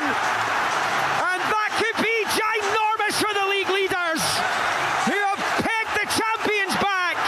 Finlay headed at the back post from the corner, and it is Heart of Midlothian 1, Celtic 1. I'm going to say it's a minute and a half, everything you shouldn't have done. Maeda giving the ball away, then a poor cross in from Milne for the free kick. It goes, they managed to go out to Braga. He does well to get the corner. Good corner in from Leonard. We know Stuart Finlay can attack the ball well, but I'm going to be 100% honest here, Packy. Schmeichel should save that. No? Even I know he heads it down. Even it's a long cross away to the back post. I think he should be coming, trying to get a punch on it at least as a goalkeeper, to the pressure off your back four. But let me tell you, Celtic set up with a zonal 4 across the 6-yard box. Hearts had 4 players, and then Celtic had 2 marking them. Yeah. And it allowed then for players like Finlay not to get round the back and go and attack the ball. And they were set up, but it almost, and Liam, you're right, absolutely right. I did say they got away with it with Maeda's square pass. Obviously they didn't get away with it because it all comes from that at the end of the day. And I mentioned it can set the tone, and Hearts now minus some crucial players. Let's not forget Celtic are missing crucial players as well. Carter Vickers, Johnston, Jota hasn't kicked a ball all season, and both teams shorn of players who would have likely started this match. But now the momentum is with Hearts, and it's all stemmed from Maida's pass. Yeah. So I know the crazy thing is, Liam, at any level, literally as you're just saying it, I was just about to say, one square pass has just wrecked Celtic. And I mean, Martin O'Neill will just be standing there, and you just think, why did you do that? Yeah, and the other thing is, I did say before the game, set pieces, you know, so crucial for Hearts. So crucial. They've got 5 players. Celtic have got the 2 centre halves plus the big lad up front, Sivan Chara. So that is always going to be a tricky one for Celtic, and it's been proved. Well, Hearts are finished the first half strongly. They're starting the second even stronger here. 1 apiece at Tynecastle. Now is about pressure, Liam. Now is about can Celtic handle this? Obviously the crowd's up for it. Hearts have got their goal back, and now can Celtic think about what they're going to do in this game? And incidentally, Ryan Stevenson, that's Craig Halkett and Stuart Findlay scored 12 goals between them. Yeah, 6 each. Unbelievable. See, if you're going to do anything in a league, you want your strikers to be scoring 10, 15 goals, but you need your centre halves to be scoring from set pieces, and they too are so dangerous from set pieces just now. Halkett's header straight to Yang, looks to fire it through to Chanchara, left hand side of the box. Can he keep it in play? No, he can't. Didn't ever look likely. And it's behind for a goal kick. Everything right now, and it's early in the second half, but everything right now is pointing towards Hearts. Well, that couldn't have been a better start for Derek McInnes. I mean, he'll be saying to his players in the changing room, listen lads, go out and start the second half well, try and get ourselves back in the game. And I mean, after what was that, 3 minutes, they've got a goal. But I still go back on, obviously we're quite a high vantage point here. Packy will know better than me, but I just think it's a good ball in from Leonard. There's a lot of height on it. The height for me is allows you to get. Schmeichel has to get close to his post there, does he not? Of course he does, and that's the second part of it. But I think the first part, because it's such a loopy, long cross away, and it's inside, he heads inside the 6-yard box at the back post. I think you almost get a punch on it. You sort it out, and then you don't have to make the save. That's the key. I would like to see it again, to be honest. So a throw into Hearts here on this near side, and for those who are wanting to hear the second half at Ibrox, just about to get underway. It's Rangers 0, Dundee 0. That's live on Sports Sound and BBC Radio Scotland Digital, medium wave and BBC Sounds. Rory Loy and Keradine Idsan. Here on FM and on Sounds, it's Hearts 1, Celtic 1. A slugfest between the top two. Celtic led early in the first half through Nygren, cancelled out by Findlay within 2 minutes of the restart. A header from the Leonard corner at the back post, and it's 1 apiece. You know, the thing about set pieces, they're so vital in the game. So many goals are scored from it, and you don't have to be playing brilliantly in the game, but if you get your set pieces right, then you've always got a chance, no matter what level you're at. Maida chasing, but Findlay turns away from him. Maida put the pressure on. It's a foul by Maida, says the assistant. David McGeehee over on the far side. It will be a free kick to Hearts. Good play there from Findlay. I mean, he's obviously going to head it back, and Maida, to be fair, tries to go in the blind side, trying to read the header. He then sort of feints and takes it, and then my heart's in my mouth there, because you're thinking you've taken an extra touch there, but he manages to get his body in, like all good defenders do, and buy the free kick. I just wonder now if Derek McInnes will be willing them on for the next 10-15 minutes to try and just go and sniff the blood, go and get after it. And it'll be now interesting to see how Celtic deal with that. Hearts playing well, and it's McCart getting it down the line. He's won the throw in as well. Quickly taken, they're in a hurry, Hearts. It's with Braga, loses out and cleared by Trusty. Chanchara going after it, looks totally down on match fitness. This is the big check up front for Celtic. Hasn't played since November. He spent the first half of the season on loan from Gladbach at Antalyaspor in Turkey. Scored a couple of times, but nothing since November. Celtic to the end of the season. Kabore backward flick into the Celtic box. Chance for Hearts! Oh, what a challenge by Scales! What a challenge! It's goal saving! Kizaridis was in, waiting to pull the trigger. Scales makes the block. Trusty heads the subsequent cross away. Headed back towards goal by McCartan. Schmeichel punches. Free kick is given to the Celtic goalkeeper. My goodness, what a block from Liam Scales. That was almost certainly 2-1 Hearts. Definitely, and you know the goal had opened up. He's right in the middle. He's about 7-8 yards out, and all he does is just hit the target. But Scales comes from nowhere. Celtic couldn't deal with the ball. Those balls into the box. It was almost off the second phase, and Scales somehow dived and got a block on that.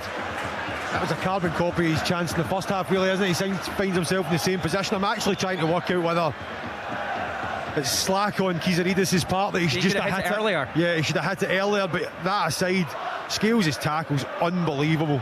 But I think Kizaridis, as soon as it just bounces, he should just snapshot it and hit it. Well, Hearts were rocked in the opening 15-20 minutes of this game, but it's the other way around here. Celtic are desperately clinging on.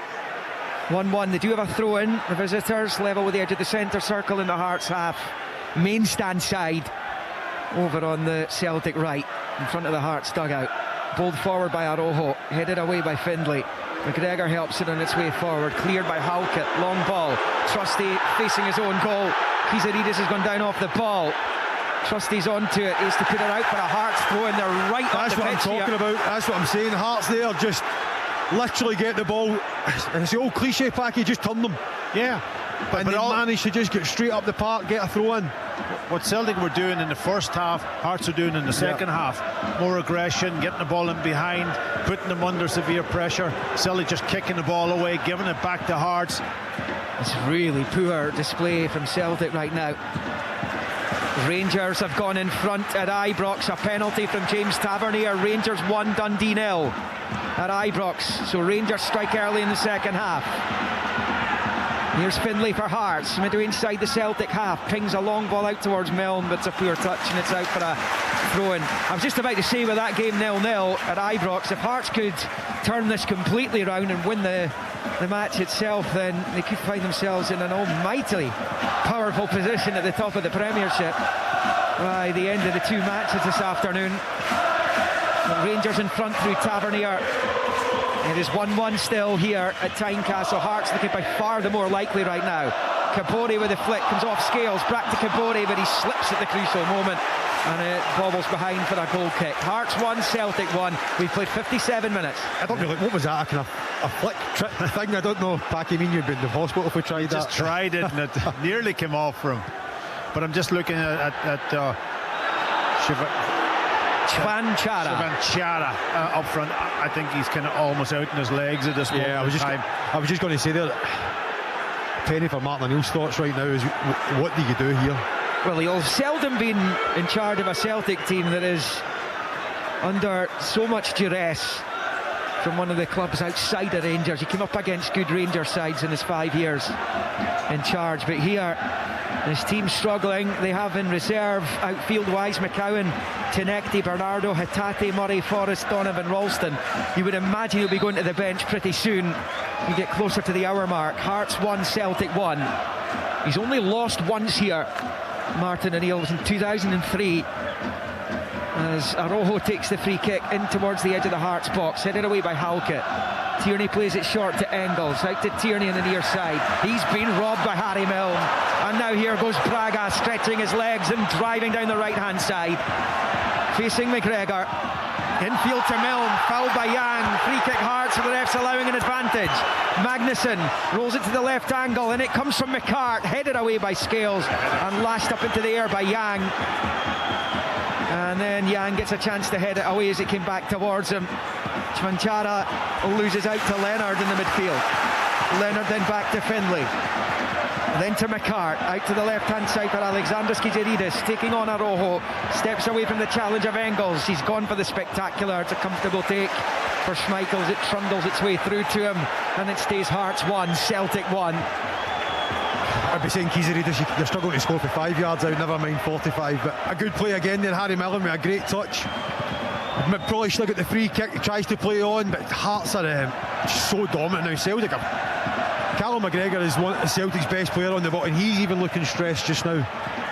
He's got to make changes then, doesn't he, O'Neill? Who do you bring? I'm looking at the Celtic subs warming up just now, and I'm like, who do you even bring on to try and influence the game? Here's Engels, gets through to Nygren at the edge of the box, chips the ball in. Chvanchara with a header, comes off the bar, Maida and Chanchara getting each other's way on the follow-up, and he goes behind for the goal kick to Hearts.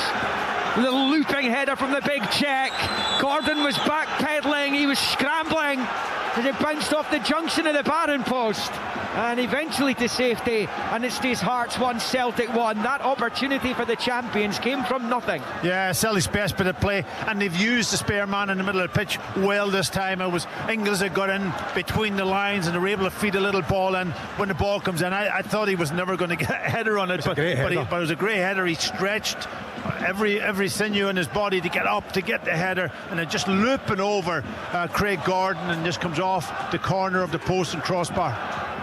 Maida then tried to get desperately onto the follow-up and got in Chanchara's way. Chanchara was facing the goalie, and Maida wasn't. He was back to the goal. Here comes Celtic again. Engels out to Julian Araujo wide on the right, taking on Kisaridis. An awful touch, and it was behind for the goal kick to Hearts. It's 1-1. Hearts have been brilliant, but it's amazing how it just spun on its head there. Like they're just going at each other. There's opportunities happening, and you then just keep the big fella on because, you know, he's hit the bar there. You see that he's maybe decent finisher. Can we try and get balls? I know he's not scored a lot of goals, but can we try and get balls in the box to help him? He said he wasn't your normal kind of target man, Chanchara, but that's the kind of thing you want from a target man. Yeah, it was a great header. There's Milne winning it back. He's been superb this season. And there's the big switch from Leonard out to the left. He evades Kisaridis and goes out for a Celtic throw-in on the far side. 1-1 here, 1-0 Rangers in Glasgow. I'm looking at Maeda also. He looks a little bit tired. He put a hell of a shift in the other night. He was playing up on his own for a while, went into left back, but he looks tired. They've got Tynecastle on the bench also, that they can maybe go to it. Scales, it's the header. Kabori for company, finds Trusty, and Araujo in field to McGregor. 61 and a half on the clock, one apiece. It's back to Schmeichel, rolls it to his left, low to Scales. This near side, taking his time over it. Fires it forward to Chanchara, scoops it out to Maida on this near side, gets it back to Chanchara, driving forward, the big striker into the Hearts box. He goes, he got options in the middle. Oh, it's goal! Goal! Celtic back in front. Yang prods it into the net, and then he and his teammates jump on top of Chanchara because it's all about him. The powerful run down the left side, pulls it back across. It's on a plate for Yang, and it is Heart of Midlothian 1, Celtic 2. Superb goal, you've got to say, from Celtic under pressure. Obviously Hearts pressing them high. They've been able to play the ball out. Scales on left hand, and he's waiting for that run from Vinchara. He does get it into his feet. He plays a lovely ball out wide then, and Maeda just flicks it over the top for him. And we thought he was on his last legs. He was able to run with the ball, got away from his man, and then just plays that beautiful ball across the 6-yard box, and Yang making a run from the outside right position into an area where he can tap into the net. Beautiful goal from Celtic, you've got to say. I mean, what a bit of speed there. What a bit of pace down the line. It was good play from him initially. He comes into that sort of deeper role there as a striker, spins the ball round and then goes again. Oh, hold on. He's just left one on Leonard there. Yeah, and the referee's called him the big striker. And what colour of card's this? It's yellow. Yellow for Tomas Chanchara, who, as Ryan was saying, clocked his fellow debutant Mark Leonard. This game, regardless of where Hearts are in the league, how well Celtic are doing, this game's always got that firecracker element to it, doesn't it? Particularly here at Tynecastle. I mean, Hearts started the second half really well. But even with the one off the crossbar, Celtic, that's what I said there, you keep him on because he can give you something. And then what a run it is. Great ball across, and great opposite wing play coming in at the back post there to the centre of the goal to get a tap in from a couple of yards, and it just spins the game again right on its head. And Hearts now need to go and try and find something again. Well, they've got plenty of time to do it. 26 minutes of the 90 left. Long free kick into the box. Halkett wins the header. Kabori chases after it, but Scales gets it clear. Milne just played that off Steinvender up into there. It goes Nygren, goes down, fouled by Magnuson. Free kick Celtic. Cards coming out here for the Icelander. And Thomas Magnusson protests his innocence, but McLean flashes the yellow in his face. And it will be a free kick to Celtic, left to centre, midway inside their own half. It's Hearts 1, Celtic 2. Yeah, there was a bit of clash between Ingles and Milne too. And nobody has seen it. I don't know if the assistant on this side seen it, but yeah. It's getting a little bit heisty now, I've got to say. Oh, too right it is. Sebastian Tynecastle is going to come on. Vanchara will be replaced. And what an impact he made there. He has just been booked, obviously. As Tynecastle comes on to play left, Maida will go through the middle. But, I mean, it's his debut, and that could be an almighty assist come the end of this season, never mind this match. Yeah, he'll be pleased. He'll be very pleased, actually, in many ways, because it was a tough day for him up there on his own, just coming into a new club. Hasn't played since November. I thought early on in the game he was a target man. Struggled a little bit after that, really, to do much. But that was such a huge, important moment. I tell you something. There's not many players in the Premier League that will go away from Craig Halkett like that, and he left them for dead. It is a free kick to Celtic's been given over on the far side. It's almost level with the edge of the centre circle, and it might well be Yang who's down. And he has begun to find his feet a little bit during Martin O'Neill's interim spell in November. We saw a little bit more of Yang Yun-jun, and now that O'Neill's back at the club, I mean, when Nancy was in charge, he was playing wing back, right wing back, having just seemed to settle on the left wing. He's playing right today, obviously. It's the neck is down, isn't it? He's just on the pitch. Welcome to Tynecastle.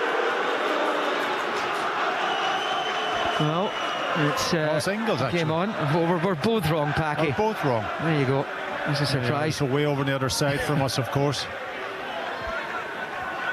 It is Hearts on the ball here with Steinwender. He's giving it straight to Sebastian Tynecastle, who drives across the halfway line.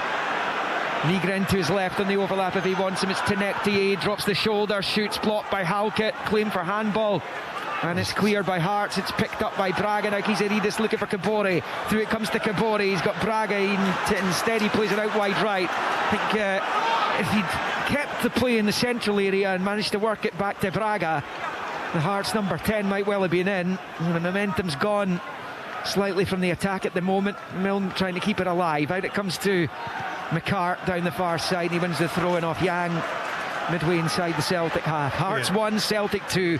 Still just about a quarter of this game to go.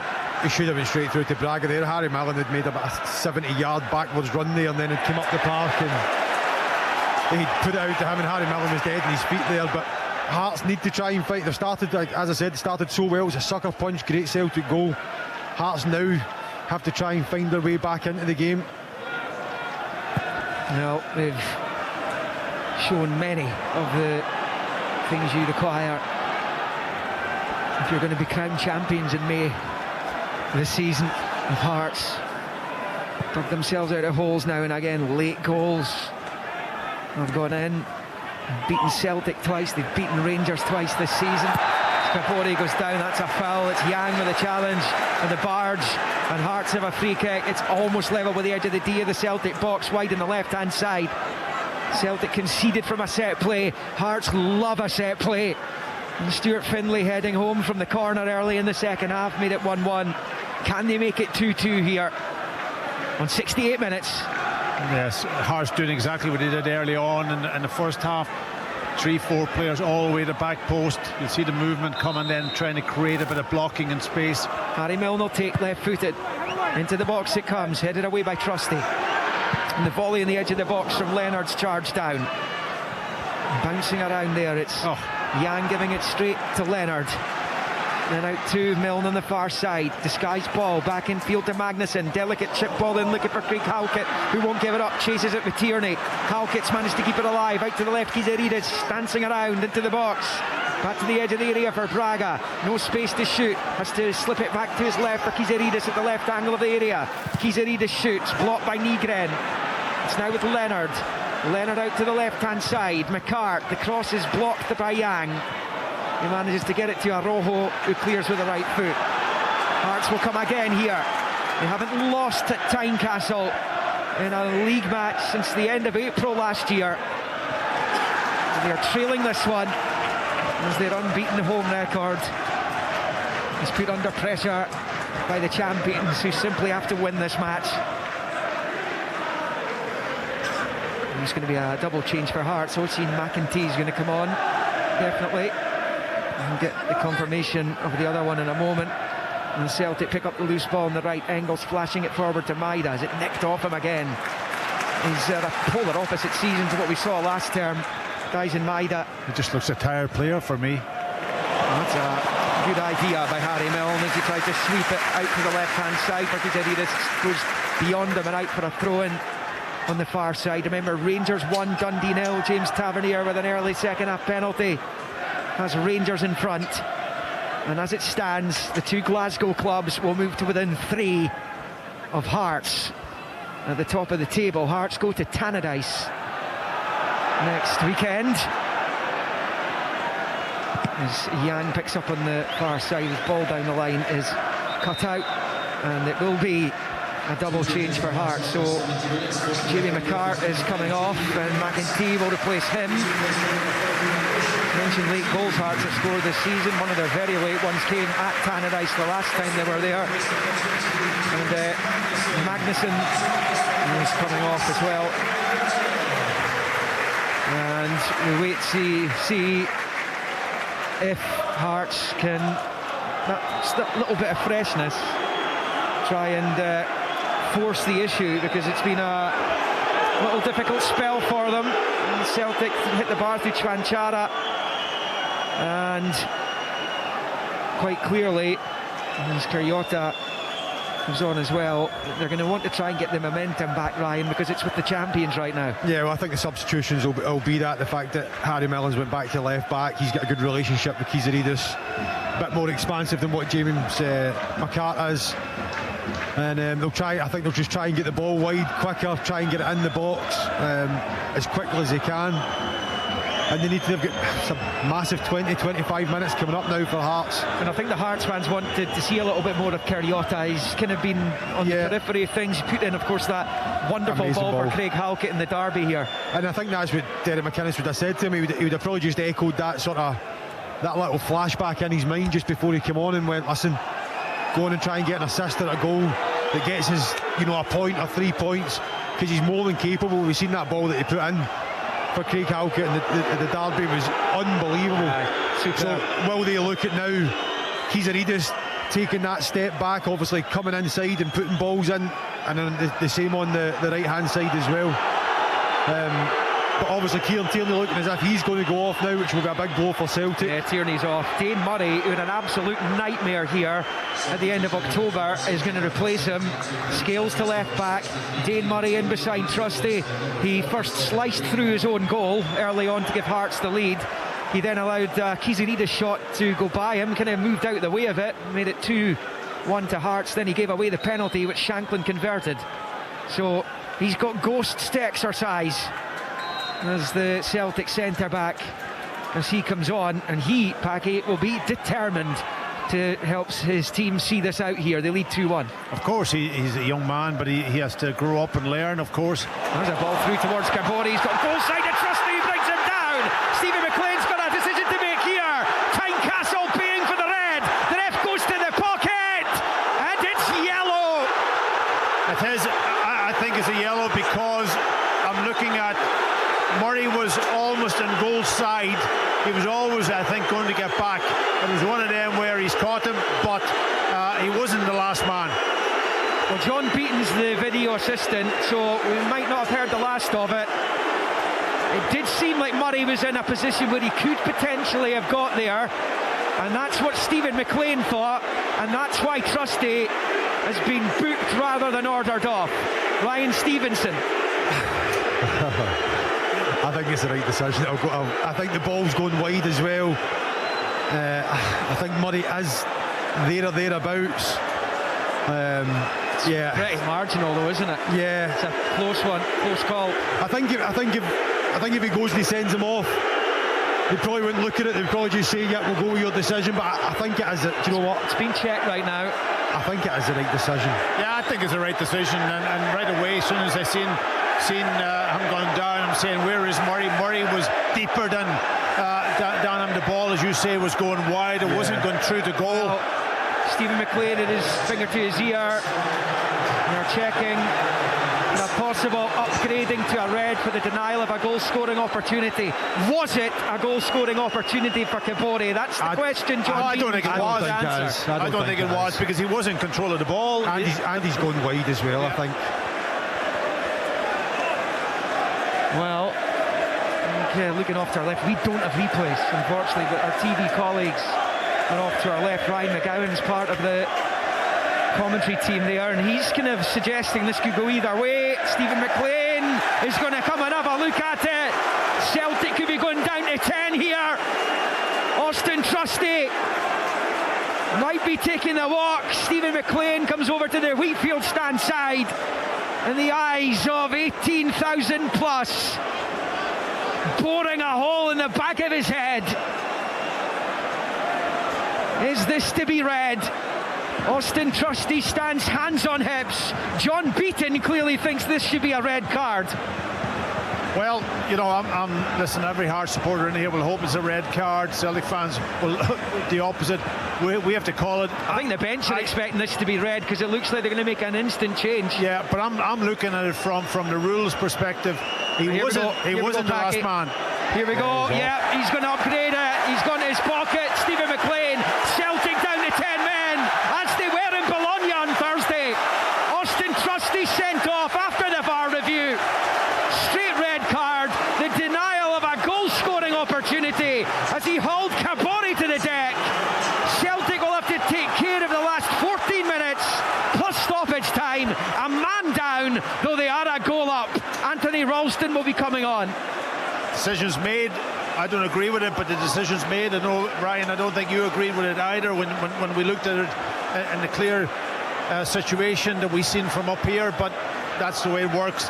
Celtic now will have to go and really defend as they did the other night against Bologna. Well, that's the one thing. They've got very recent experience of having to do that, haven't they? I mean, I would like to see, obviously we would all like to see it again. As you say, Liam, we can't see it again, but from what I'm seeing, the ball, I don't even know if the ball's going in the actual 18-yard box. It looks as if it's going wider. That's right. So then, is that a goal-scoring opportunity? You've then got to assess, is he going to then get the ball and beat 2 or 3 players? What I would say about that is Yang is replaced by Ralston. It's that you've got 2 of the country's most experienced referees have come to that decision, having watched umpteen replays of it. Yeah, no, I know you've got it, and I know the rules and things like that, but listen, I'm all for it. Well, it's certainly a shot in the arm for Hearts, for sure. It's given Hearts a lifeline. It's given Hearts a boost going into the last 15 minutes. Here's the free kick. Eventually, Leonard with it, headed away by Arojo. Breaks to Kizaridis, looking for space. Disguised little back heel to Finlay's cross is really deep. Cariota's onto it though. Touches it back to Braga. Now the edge of the area. Leonard with a cross ball, right footed to the left side of the 6-yard box. It's headed away.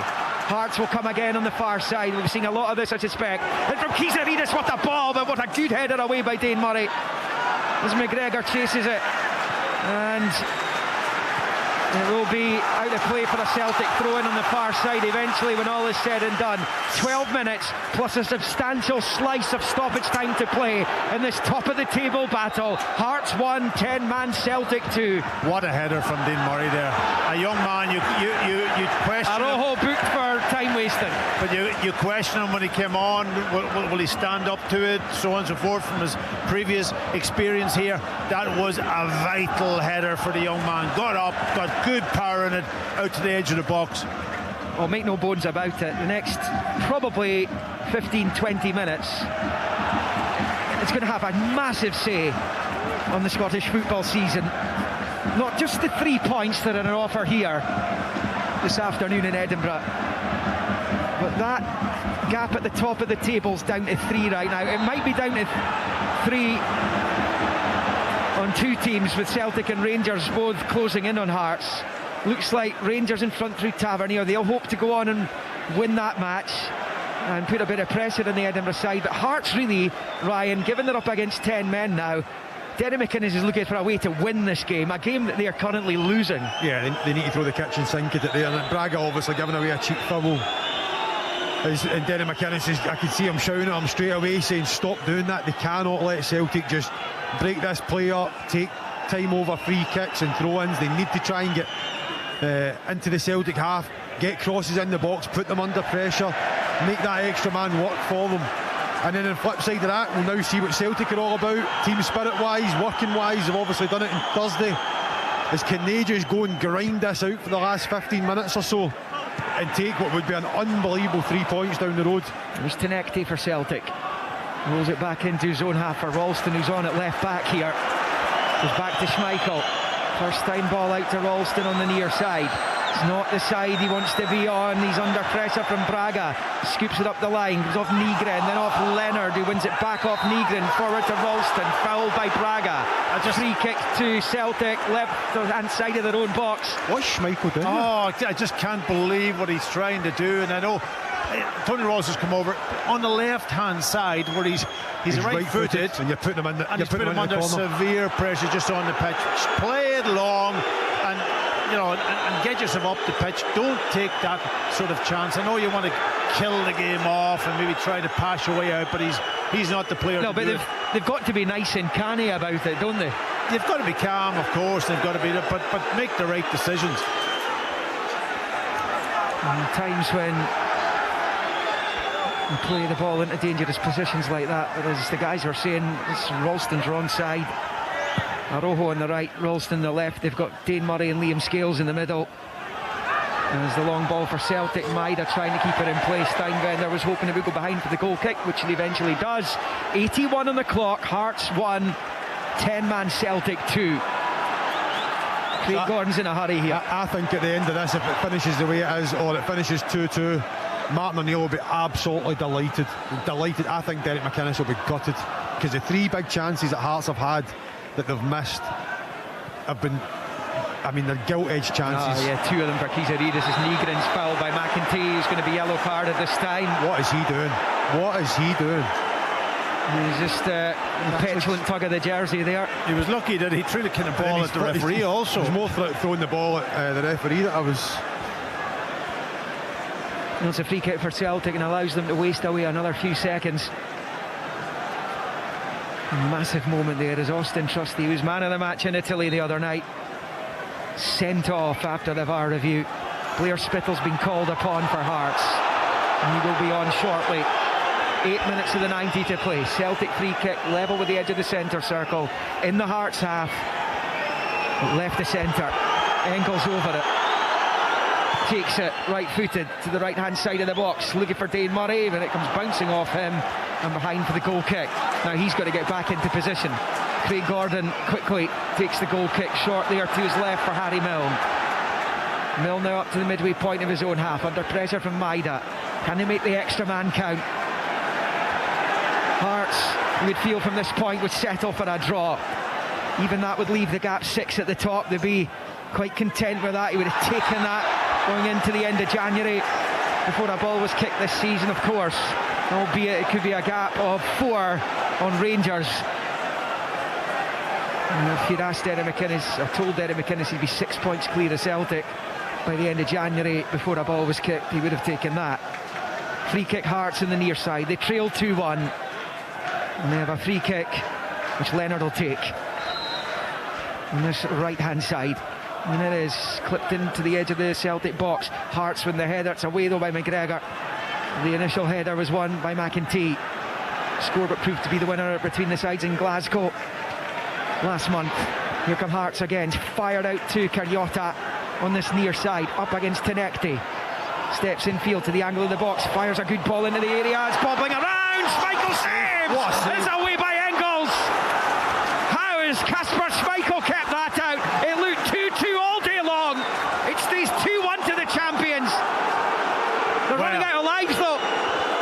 It was one of those reaction saves when Schmeichel sticks a hand out and really it was one of them where you need a little bit of luck also, but it's just a reaction. Was it Braga? I don't even know Braga. who it was. It was Braga. He was in the middle of the defenders there. That's another massive chance. I mean, he's inside the 6-yard box, and I think he's just sort of stabbed his toe at it, and for all we've been giving Schmeichel a hard time, that is a ridiculous save. As Packy's saying, just reactions of being a top-class goalkeeper. I think it was a double save, wasn't it, Ryan? Double save in the end. Double save at the end. He's been questioned for the Hearts goal. He's been questioned for the goals in Italy against Bologna as Hearts wait to take this corner. Don't go out. Maeda. You don't need to go out there. You've got to come back in and kill the space. That's better. Hearts corner over on the far side. In from Leonard's a good one. Celtic player wins the header. It's Cariotta on the volley from the edge of the box. It's well wide of the left foot. Ralston had gone down inside the area, and it will stay Hearts 1, Celtic 2 as we approach the 85-minute mark. 4 big chances for Hearts. Big chances. And at this moment in time, they're going to look back on them and think what could have been. They'll be bitterly disappointed if they don't take anything from this game with the 4 chances that they've had. Spittle for Steinvender's the change for Hearts. Again, 5 minutes plus stoppages. There will be a decent amount of stoppages added on at the end of this. Again, that chance comes from a ball into the box. You know, Celtic's just struggling to deal with those type of situations. There's Harry Milne on the left, gets away from Araujo, turns it down the line for Braga. Capore wanted it, and he's not getting the pass, it never arrived, and it's good strong defending by Dane Murray on the far side. Celtic have tried to give it away. There's a foul by Maeda, and it will be a free kick. It's another careless, reckless challenge. Dyson Maeda this time. And remember, Hearts scored from a moment of madness from Maeda at the start of the second half. They've got a free kick opportunity here over on the left-hand side. How costly is that Maeda challenge going to prove to be? And James Wilson will be on shortly for Hearts as they go seeking at least 1 goal between now and full time. Milne and Leonard over the free kick. It's Harry Milne with it. It's an up and under towards the back post. McEntee wins the header. Pulls it back. Yes! It's flashed home by Claudio Braga, who sends Tynecastle wild with the equaliser. And Hearts' title challenge showing no signs of wilting here. They have found yet another late goal, and it's their number 10, Claudio Braga, who makes it Heart of Midlothian 2, Celtic 2. It's just another ball, Ryan, played all the way to the back post. Celtic couldn't deal with it. Again, you know, I'm looking at travels, what, 30, maybe 40, 50 yards, high up into the air to the back post. Celtic just can't defend crosses, can't defend. It wasn't even. You probably look at it and say it wasn't even that good a ball in, to be fair. But it gets knocked back. McEntee does great to knock it back, and this time at last Braga just puts his laces through the ball into the ground, smashes it from 8-9 yards out right into the middle of the goal. And can Hearts now go on and get the winner? 13th Hearts goal for Claudio Braga. What a game, honestly, unbelievable. And now, suddenly, Martin O'Neill will take a point. As Ryan was saying earlier on, perhaps he'll just sign up for that now. Here's Maeda, who's the man who gave away the free kick that's led to the goal. Having given the ball away earlier on in the second half that led to the first Hearts goal. He's had a shocker in the second half as last season's Player of the Year. Celtic were just minutes away from a seismic victory. And suddenly, you would think Hearts will be pushing to win the match themselves now. Stuart Findlay has just nailed Engels into the advertising boards and nearly put the linesman in the board as well. Now the players are getting caught in a melee over on the far side, akin to what we saw at Pittodrie yesterday. Callum McGregor obviously wasn't happy, as your captain would be. You'd expect him to go over. I think he'd a bit of a set to with Blair Spittle, and it's all sort of just went from there. Yellow for Findlay, yellow for Engels, yellow for McGregor. More paperwork for McLean. Hearts 2, Celtic 2. We're about to go into the 90th minute. Goodness knows how much is going to be bolted on at the end of this. But what I will say is that there will be enough time bolted on at the end of it for one of these teams to win it. And given Hearts are a man up and with the momentum, you would think it would be they who will fancy picking up all 3 points this afternoon and putting 9 between themselves and the champions. I'm just waiting to see the board, and I'm thinking, give us another 6 or 7 or 8 minutes of this. Well, I think you'll get your wish, knowing it'll be far off that. We shall see shortly. Tynecastle down the left-hand side, the challenge from Leonard. It will be 8 minutes added on. 8 minutes still to play. And my goodness, when that board goes up, what a roar there will be from the home fans.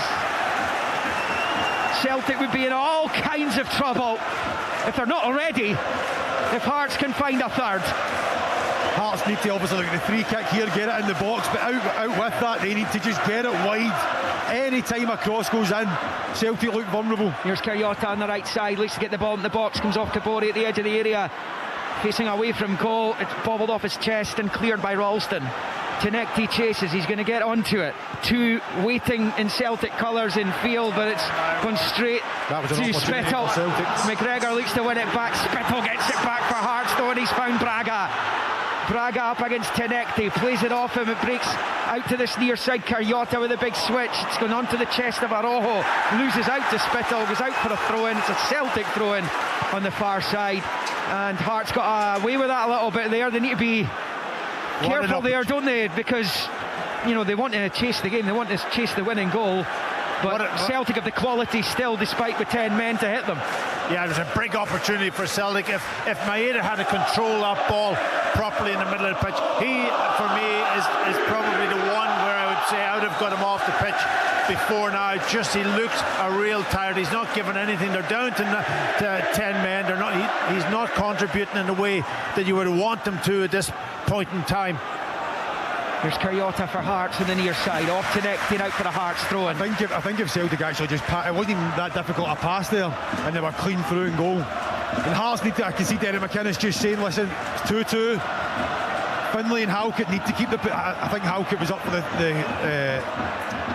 free kick, but they need to keep their shape as well. The last thing Hearts can do here is let Celtic go up the park and get a goal. Yeah, because they can get excited given the situation they find themselves in. You can forget the basics at times as Arojo gets himself out of trouble, rolls it back into his own box for Scales, who plays it short to Schmeichel.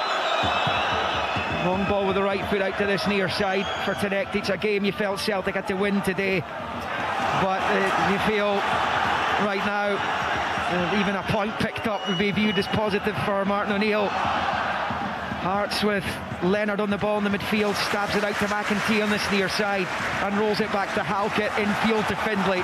2-2, and 2 of the 8 minutes have come and gone in stoppage time. Spittle with an up and under with a left foot. Braga will chase. Dane Murray's there. He slices it back towards his own goal. Where's that going to end up? It's behind for the corner. Well, Dane Murray sliced into his own net when he was here at the end of October. There is a flag though, so there will be no corner for Hearts. And Dane Murray gets away with it. Lucky boy there. I mean, I think as a defender, as soon as that ball bounces, you have to concentrate to just feel it back up the line. And he takes a wild swipe at it. He's got to get the ball quicker. Oh, you know, it was so lackadaisical. Get to the ball quick, get your decision made, and execute. And once again, Hearts making hay from set play this afternoon. Remember, 1-0 Rangers at Ibrox against Dundee. A long ball forward, flicked on by Engels. Findlay away. The header from Engels towards the Hearts box is cleared by Findlay. Now into the midfield, chance for Kizaridis on the halfway line. He's managed to pop it out to Cariotta on the right. Celtic a little stretched here. Down the right hand side of the box, Kabori Scales with the challenge, and it's going to go out for a Celtic throw-in on the near side. You just feel there's still an opportunity in this match, perhaps even for Celtic at this stage. You would put nothing past either of these teams. Yeah, I think one of them is going to get a chance. I think it's a 4 minutes odd left. Good defending there from Scales, just waiting into Kabori as he goes off there. Yeah, James Wilson, who I mentioned earlier, was about to come on, and he does replace Kabori. He wasn't got on the score sheet today, but he drew the foul from Trusty that led to the Celtic defender being sent off when Celtic led 2-1. It's proved costly. It's turned 3 points into 1 as it stands. And Ralston has to deal with a bouncing ball. He's gone down, fouled by Wilson. I think Ralston knew exactly what he was doing there. It's going to be a free kick for Celtic down on this near side touchline. Good defending there from Ralston. Ralston obviously eager to come on. He should probably just stand because Ralston's going back towards his own goal, but as soon as he feels that contact, that experience just to go down and buy his team a free kick. Don't be kidded, Celtic will be happy to go away now with a point. With playing Thursday night with 10 men coming here. It means it's not in their hands though, they're relying on others for the first time in goodness knows how long. Listen, it makes it absolutely amazing. Even regardless who won this game and what happens down at Ibrox, it's been great for Scottish football, and I know Tom was saying that he wanted more football, and I've absolutely loved this. I think it's been absolutely brilliant. It's not over yet. Schmeichel gets it from Scales and clears long with the right foot. Maida nowhere near it. Halkett heads clear. Milne knocks it forward. Murray under pressure gets it away with Wilson lurking. Long ball forward. Maida going after it once again. Halkett beats him to it. There's an offside flag anyway. 3 minutes left. Hearts 2, Celtic 2. Leonard, who's looked very lively on his debut. Looks like another good acquisition. There's Leonard looking to pop it through to Wilson, who might get in behind Murray, who defends it well. And it was behind for the goal kick. 2 apiece. You can see what he's trying there, just to play it down the sides. How does Derek McInnes view a point today? I think he'll be raging. I don't think he'll come out and say he's raging. I think he'll come out and say he's disappointed, because the chances that they've had have been massive chances. You look at the 3 chances that they've had, they're inside 7-8 yards out. They have to score them. And then you could add the Braga one where Schmeichel threw the right hand at it. It's a great save from Schmeichel, but I still think he's got a player of his quality. He's got to score that. So I think he'll be bitterly disappointed taking a point. Still be 6 clear of Celtic, albeit as things stand. Rangers we get back to within 4. There's Carriota, was he pushed to the ground with Tynecastle? Yes, he was. Bad. And the card's out again from Stephen McLean. Yellow for the Tunisian. And Hearts will have a chance to score again from a set play. That is just irresponsible defending for me. You know, he's there, the guy's running down the line. He's just got to match him. Don't foul, because now you put your team under severe pressure. The crazy thing is he's running into Ralston there as well. Well, Maida's 2 errors have been punished big time by Hearts. Will Tynecastle. Leonard over the free kick. The big men are up for it. Throng of players along the 18-yard line. In it comes from Leonard. It's another good delivery. It's flicked half away. Chance for Kizaridis. Drops the shoulder. Arojo with the challenge. And Spittle over the bar. Spittle level with the edge of the D with the left foot. We know how much he loves the spectacular. But he's off target. It's a goal kick to Celtic. It stays 2-2 with a minute of the time that was allotted still to play.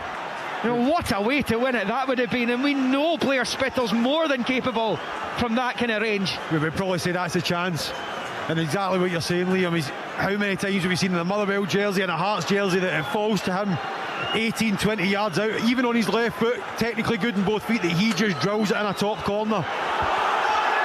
And Schmeichel getting rid of a ball behind the goal. He's been shown a yellow card by Stephen McLean for time wasting. And Schmeichel over the goal kick. So there's 20 seconds left of the 8 minutes that were added. Will there be anything on top of that? Hearts looking for one opportunity. Carriota, he stabbed it back the wrong way. Maida, 2 Hearts players around them. It's gone Celtic's way. Rangers have gone 2-0 up against Dundee at Ibrox. And Danilo looks to have, you would think, will have sealed the win for Rangers there against Dundee. So as it stands, Rangers will go above Celtic and to within 4 points of Hearts. What a title race this is. And by the way, they've just came from nowhere and they've sort of flew under the radar, Rangers, and they will be, if it finishes 2-2, they'll be sitting in that change room going, tell you what, we're right in this now, right in it. Tell you what, there's a chance here for Celtic. Free kick, delivery, movement. Could be them. You get the last opportunity, and Arne Engels is over it. Midway inside the Hearts half, right-footed into the box. It comes, Scales misses the header, breaks to the McEntee on this near side, smashes it up the pitch, but it is all over. What a game! What a game we've been treated to here at Tynecastle. Had just about everything, with the exception perhaps of a penalty. It had pretty much everything else. The bar was hit, there were glorious chances missed, there were saves made, there were goals scored, 4 of them in this crucial top of the table tussle here. Benjamin Negrin on 7 minutes with an outstanding free kick to dispatch his 13th goal of the season and give Celtic the lead and silence the home fans, though they would find their voice again when Stuart Finlay rose to head home at the back post to make it 1 apiece from the Leonard corner after Maida had given it away earlier on in proceedings there. It looked like Yang had won it for Celtic in 62 after a brilliant run by Chvanchara, the debutant, down the left-hand side. Into the box he strode, across the face of goal, and Yang poked home. But Hearts have found ways to pilfer points this season, and when Austin Trusty was sent off after a VAR review, when he had initially been shown a yellow by Stephen McLean, John Beaton advised it should be red. That's what he got. Celtic down to 10 men, and Claudio Braga rescued a point with 3 of the 90 to play. And perhaps in the end, despite Hearts missing 3 gilt-edged opportunities, 2 for Kizaridis, 1 for Braga, perhaps when the dust settles, neither manager will be too disappointed with the outcome of this one. Martin O'Neill keeps his unbeaten domestic run going across his 2 spells at Celtic Park this season. Hearts keep their unbeaten home record as well against the champions, and it finishes here at Tynecastle. Heart of Midlothian 2, 10-man Celtic 2. Let's get the closing stages at Ibrox.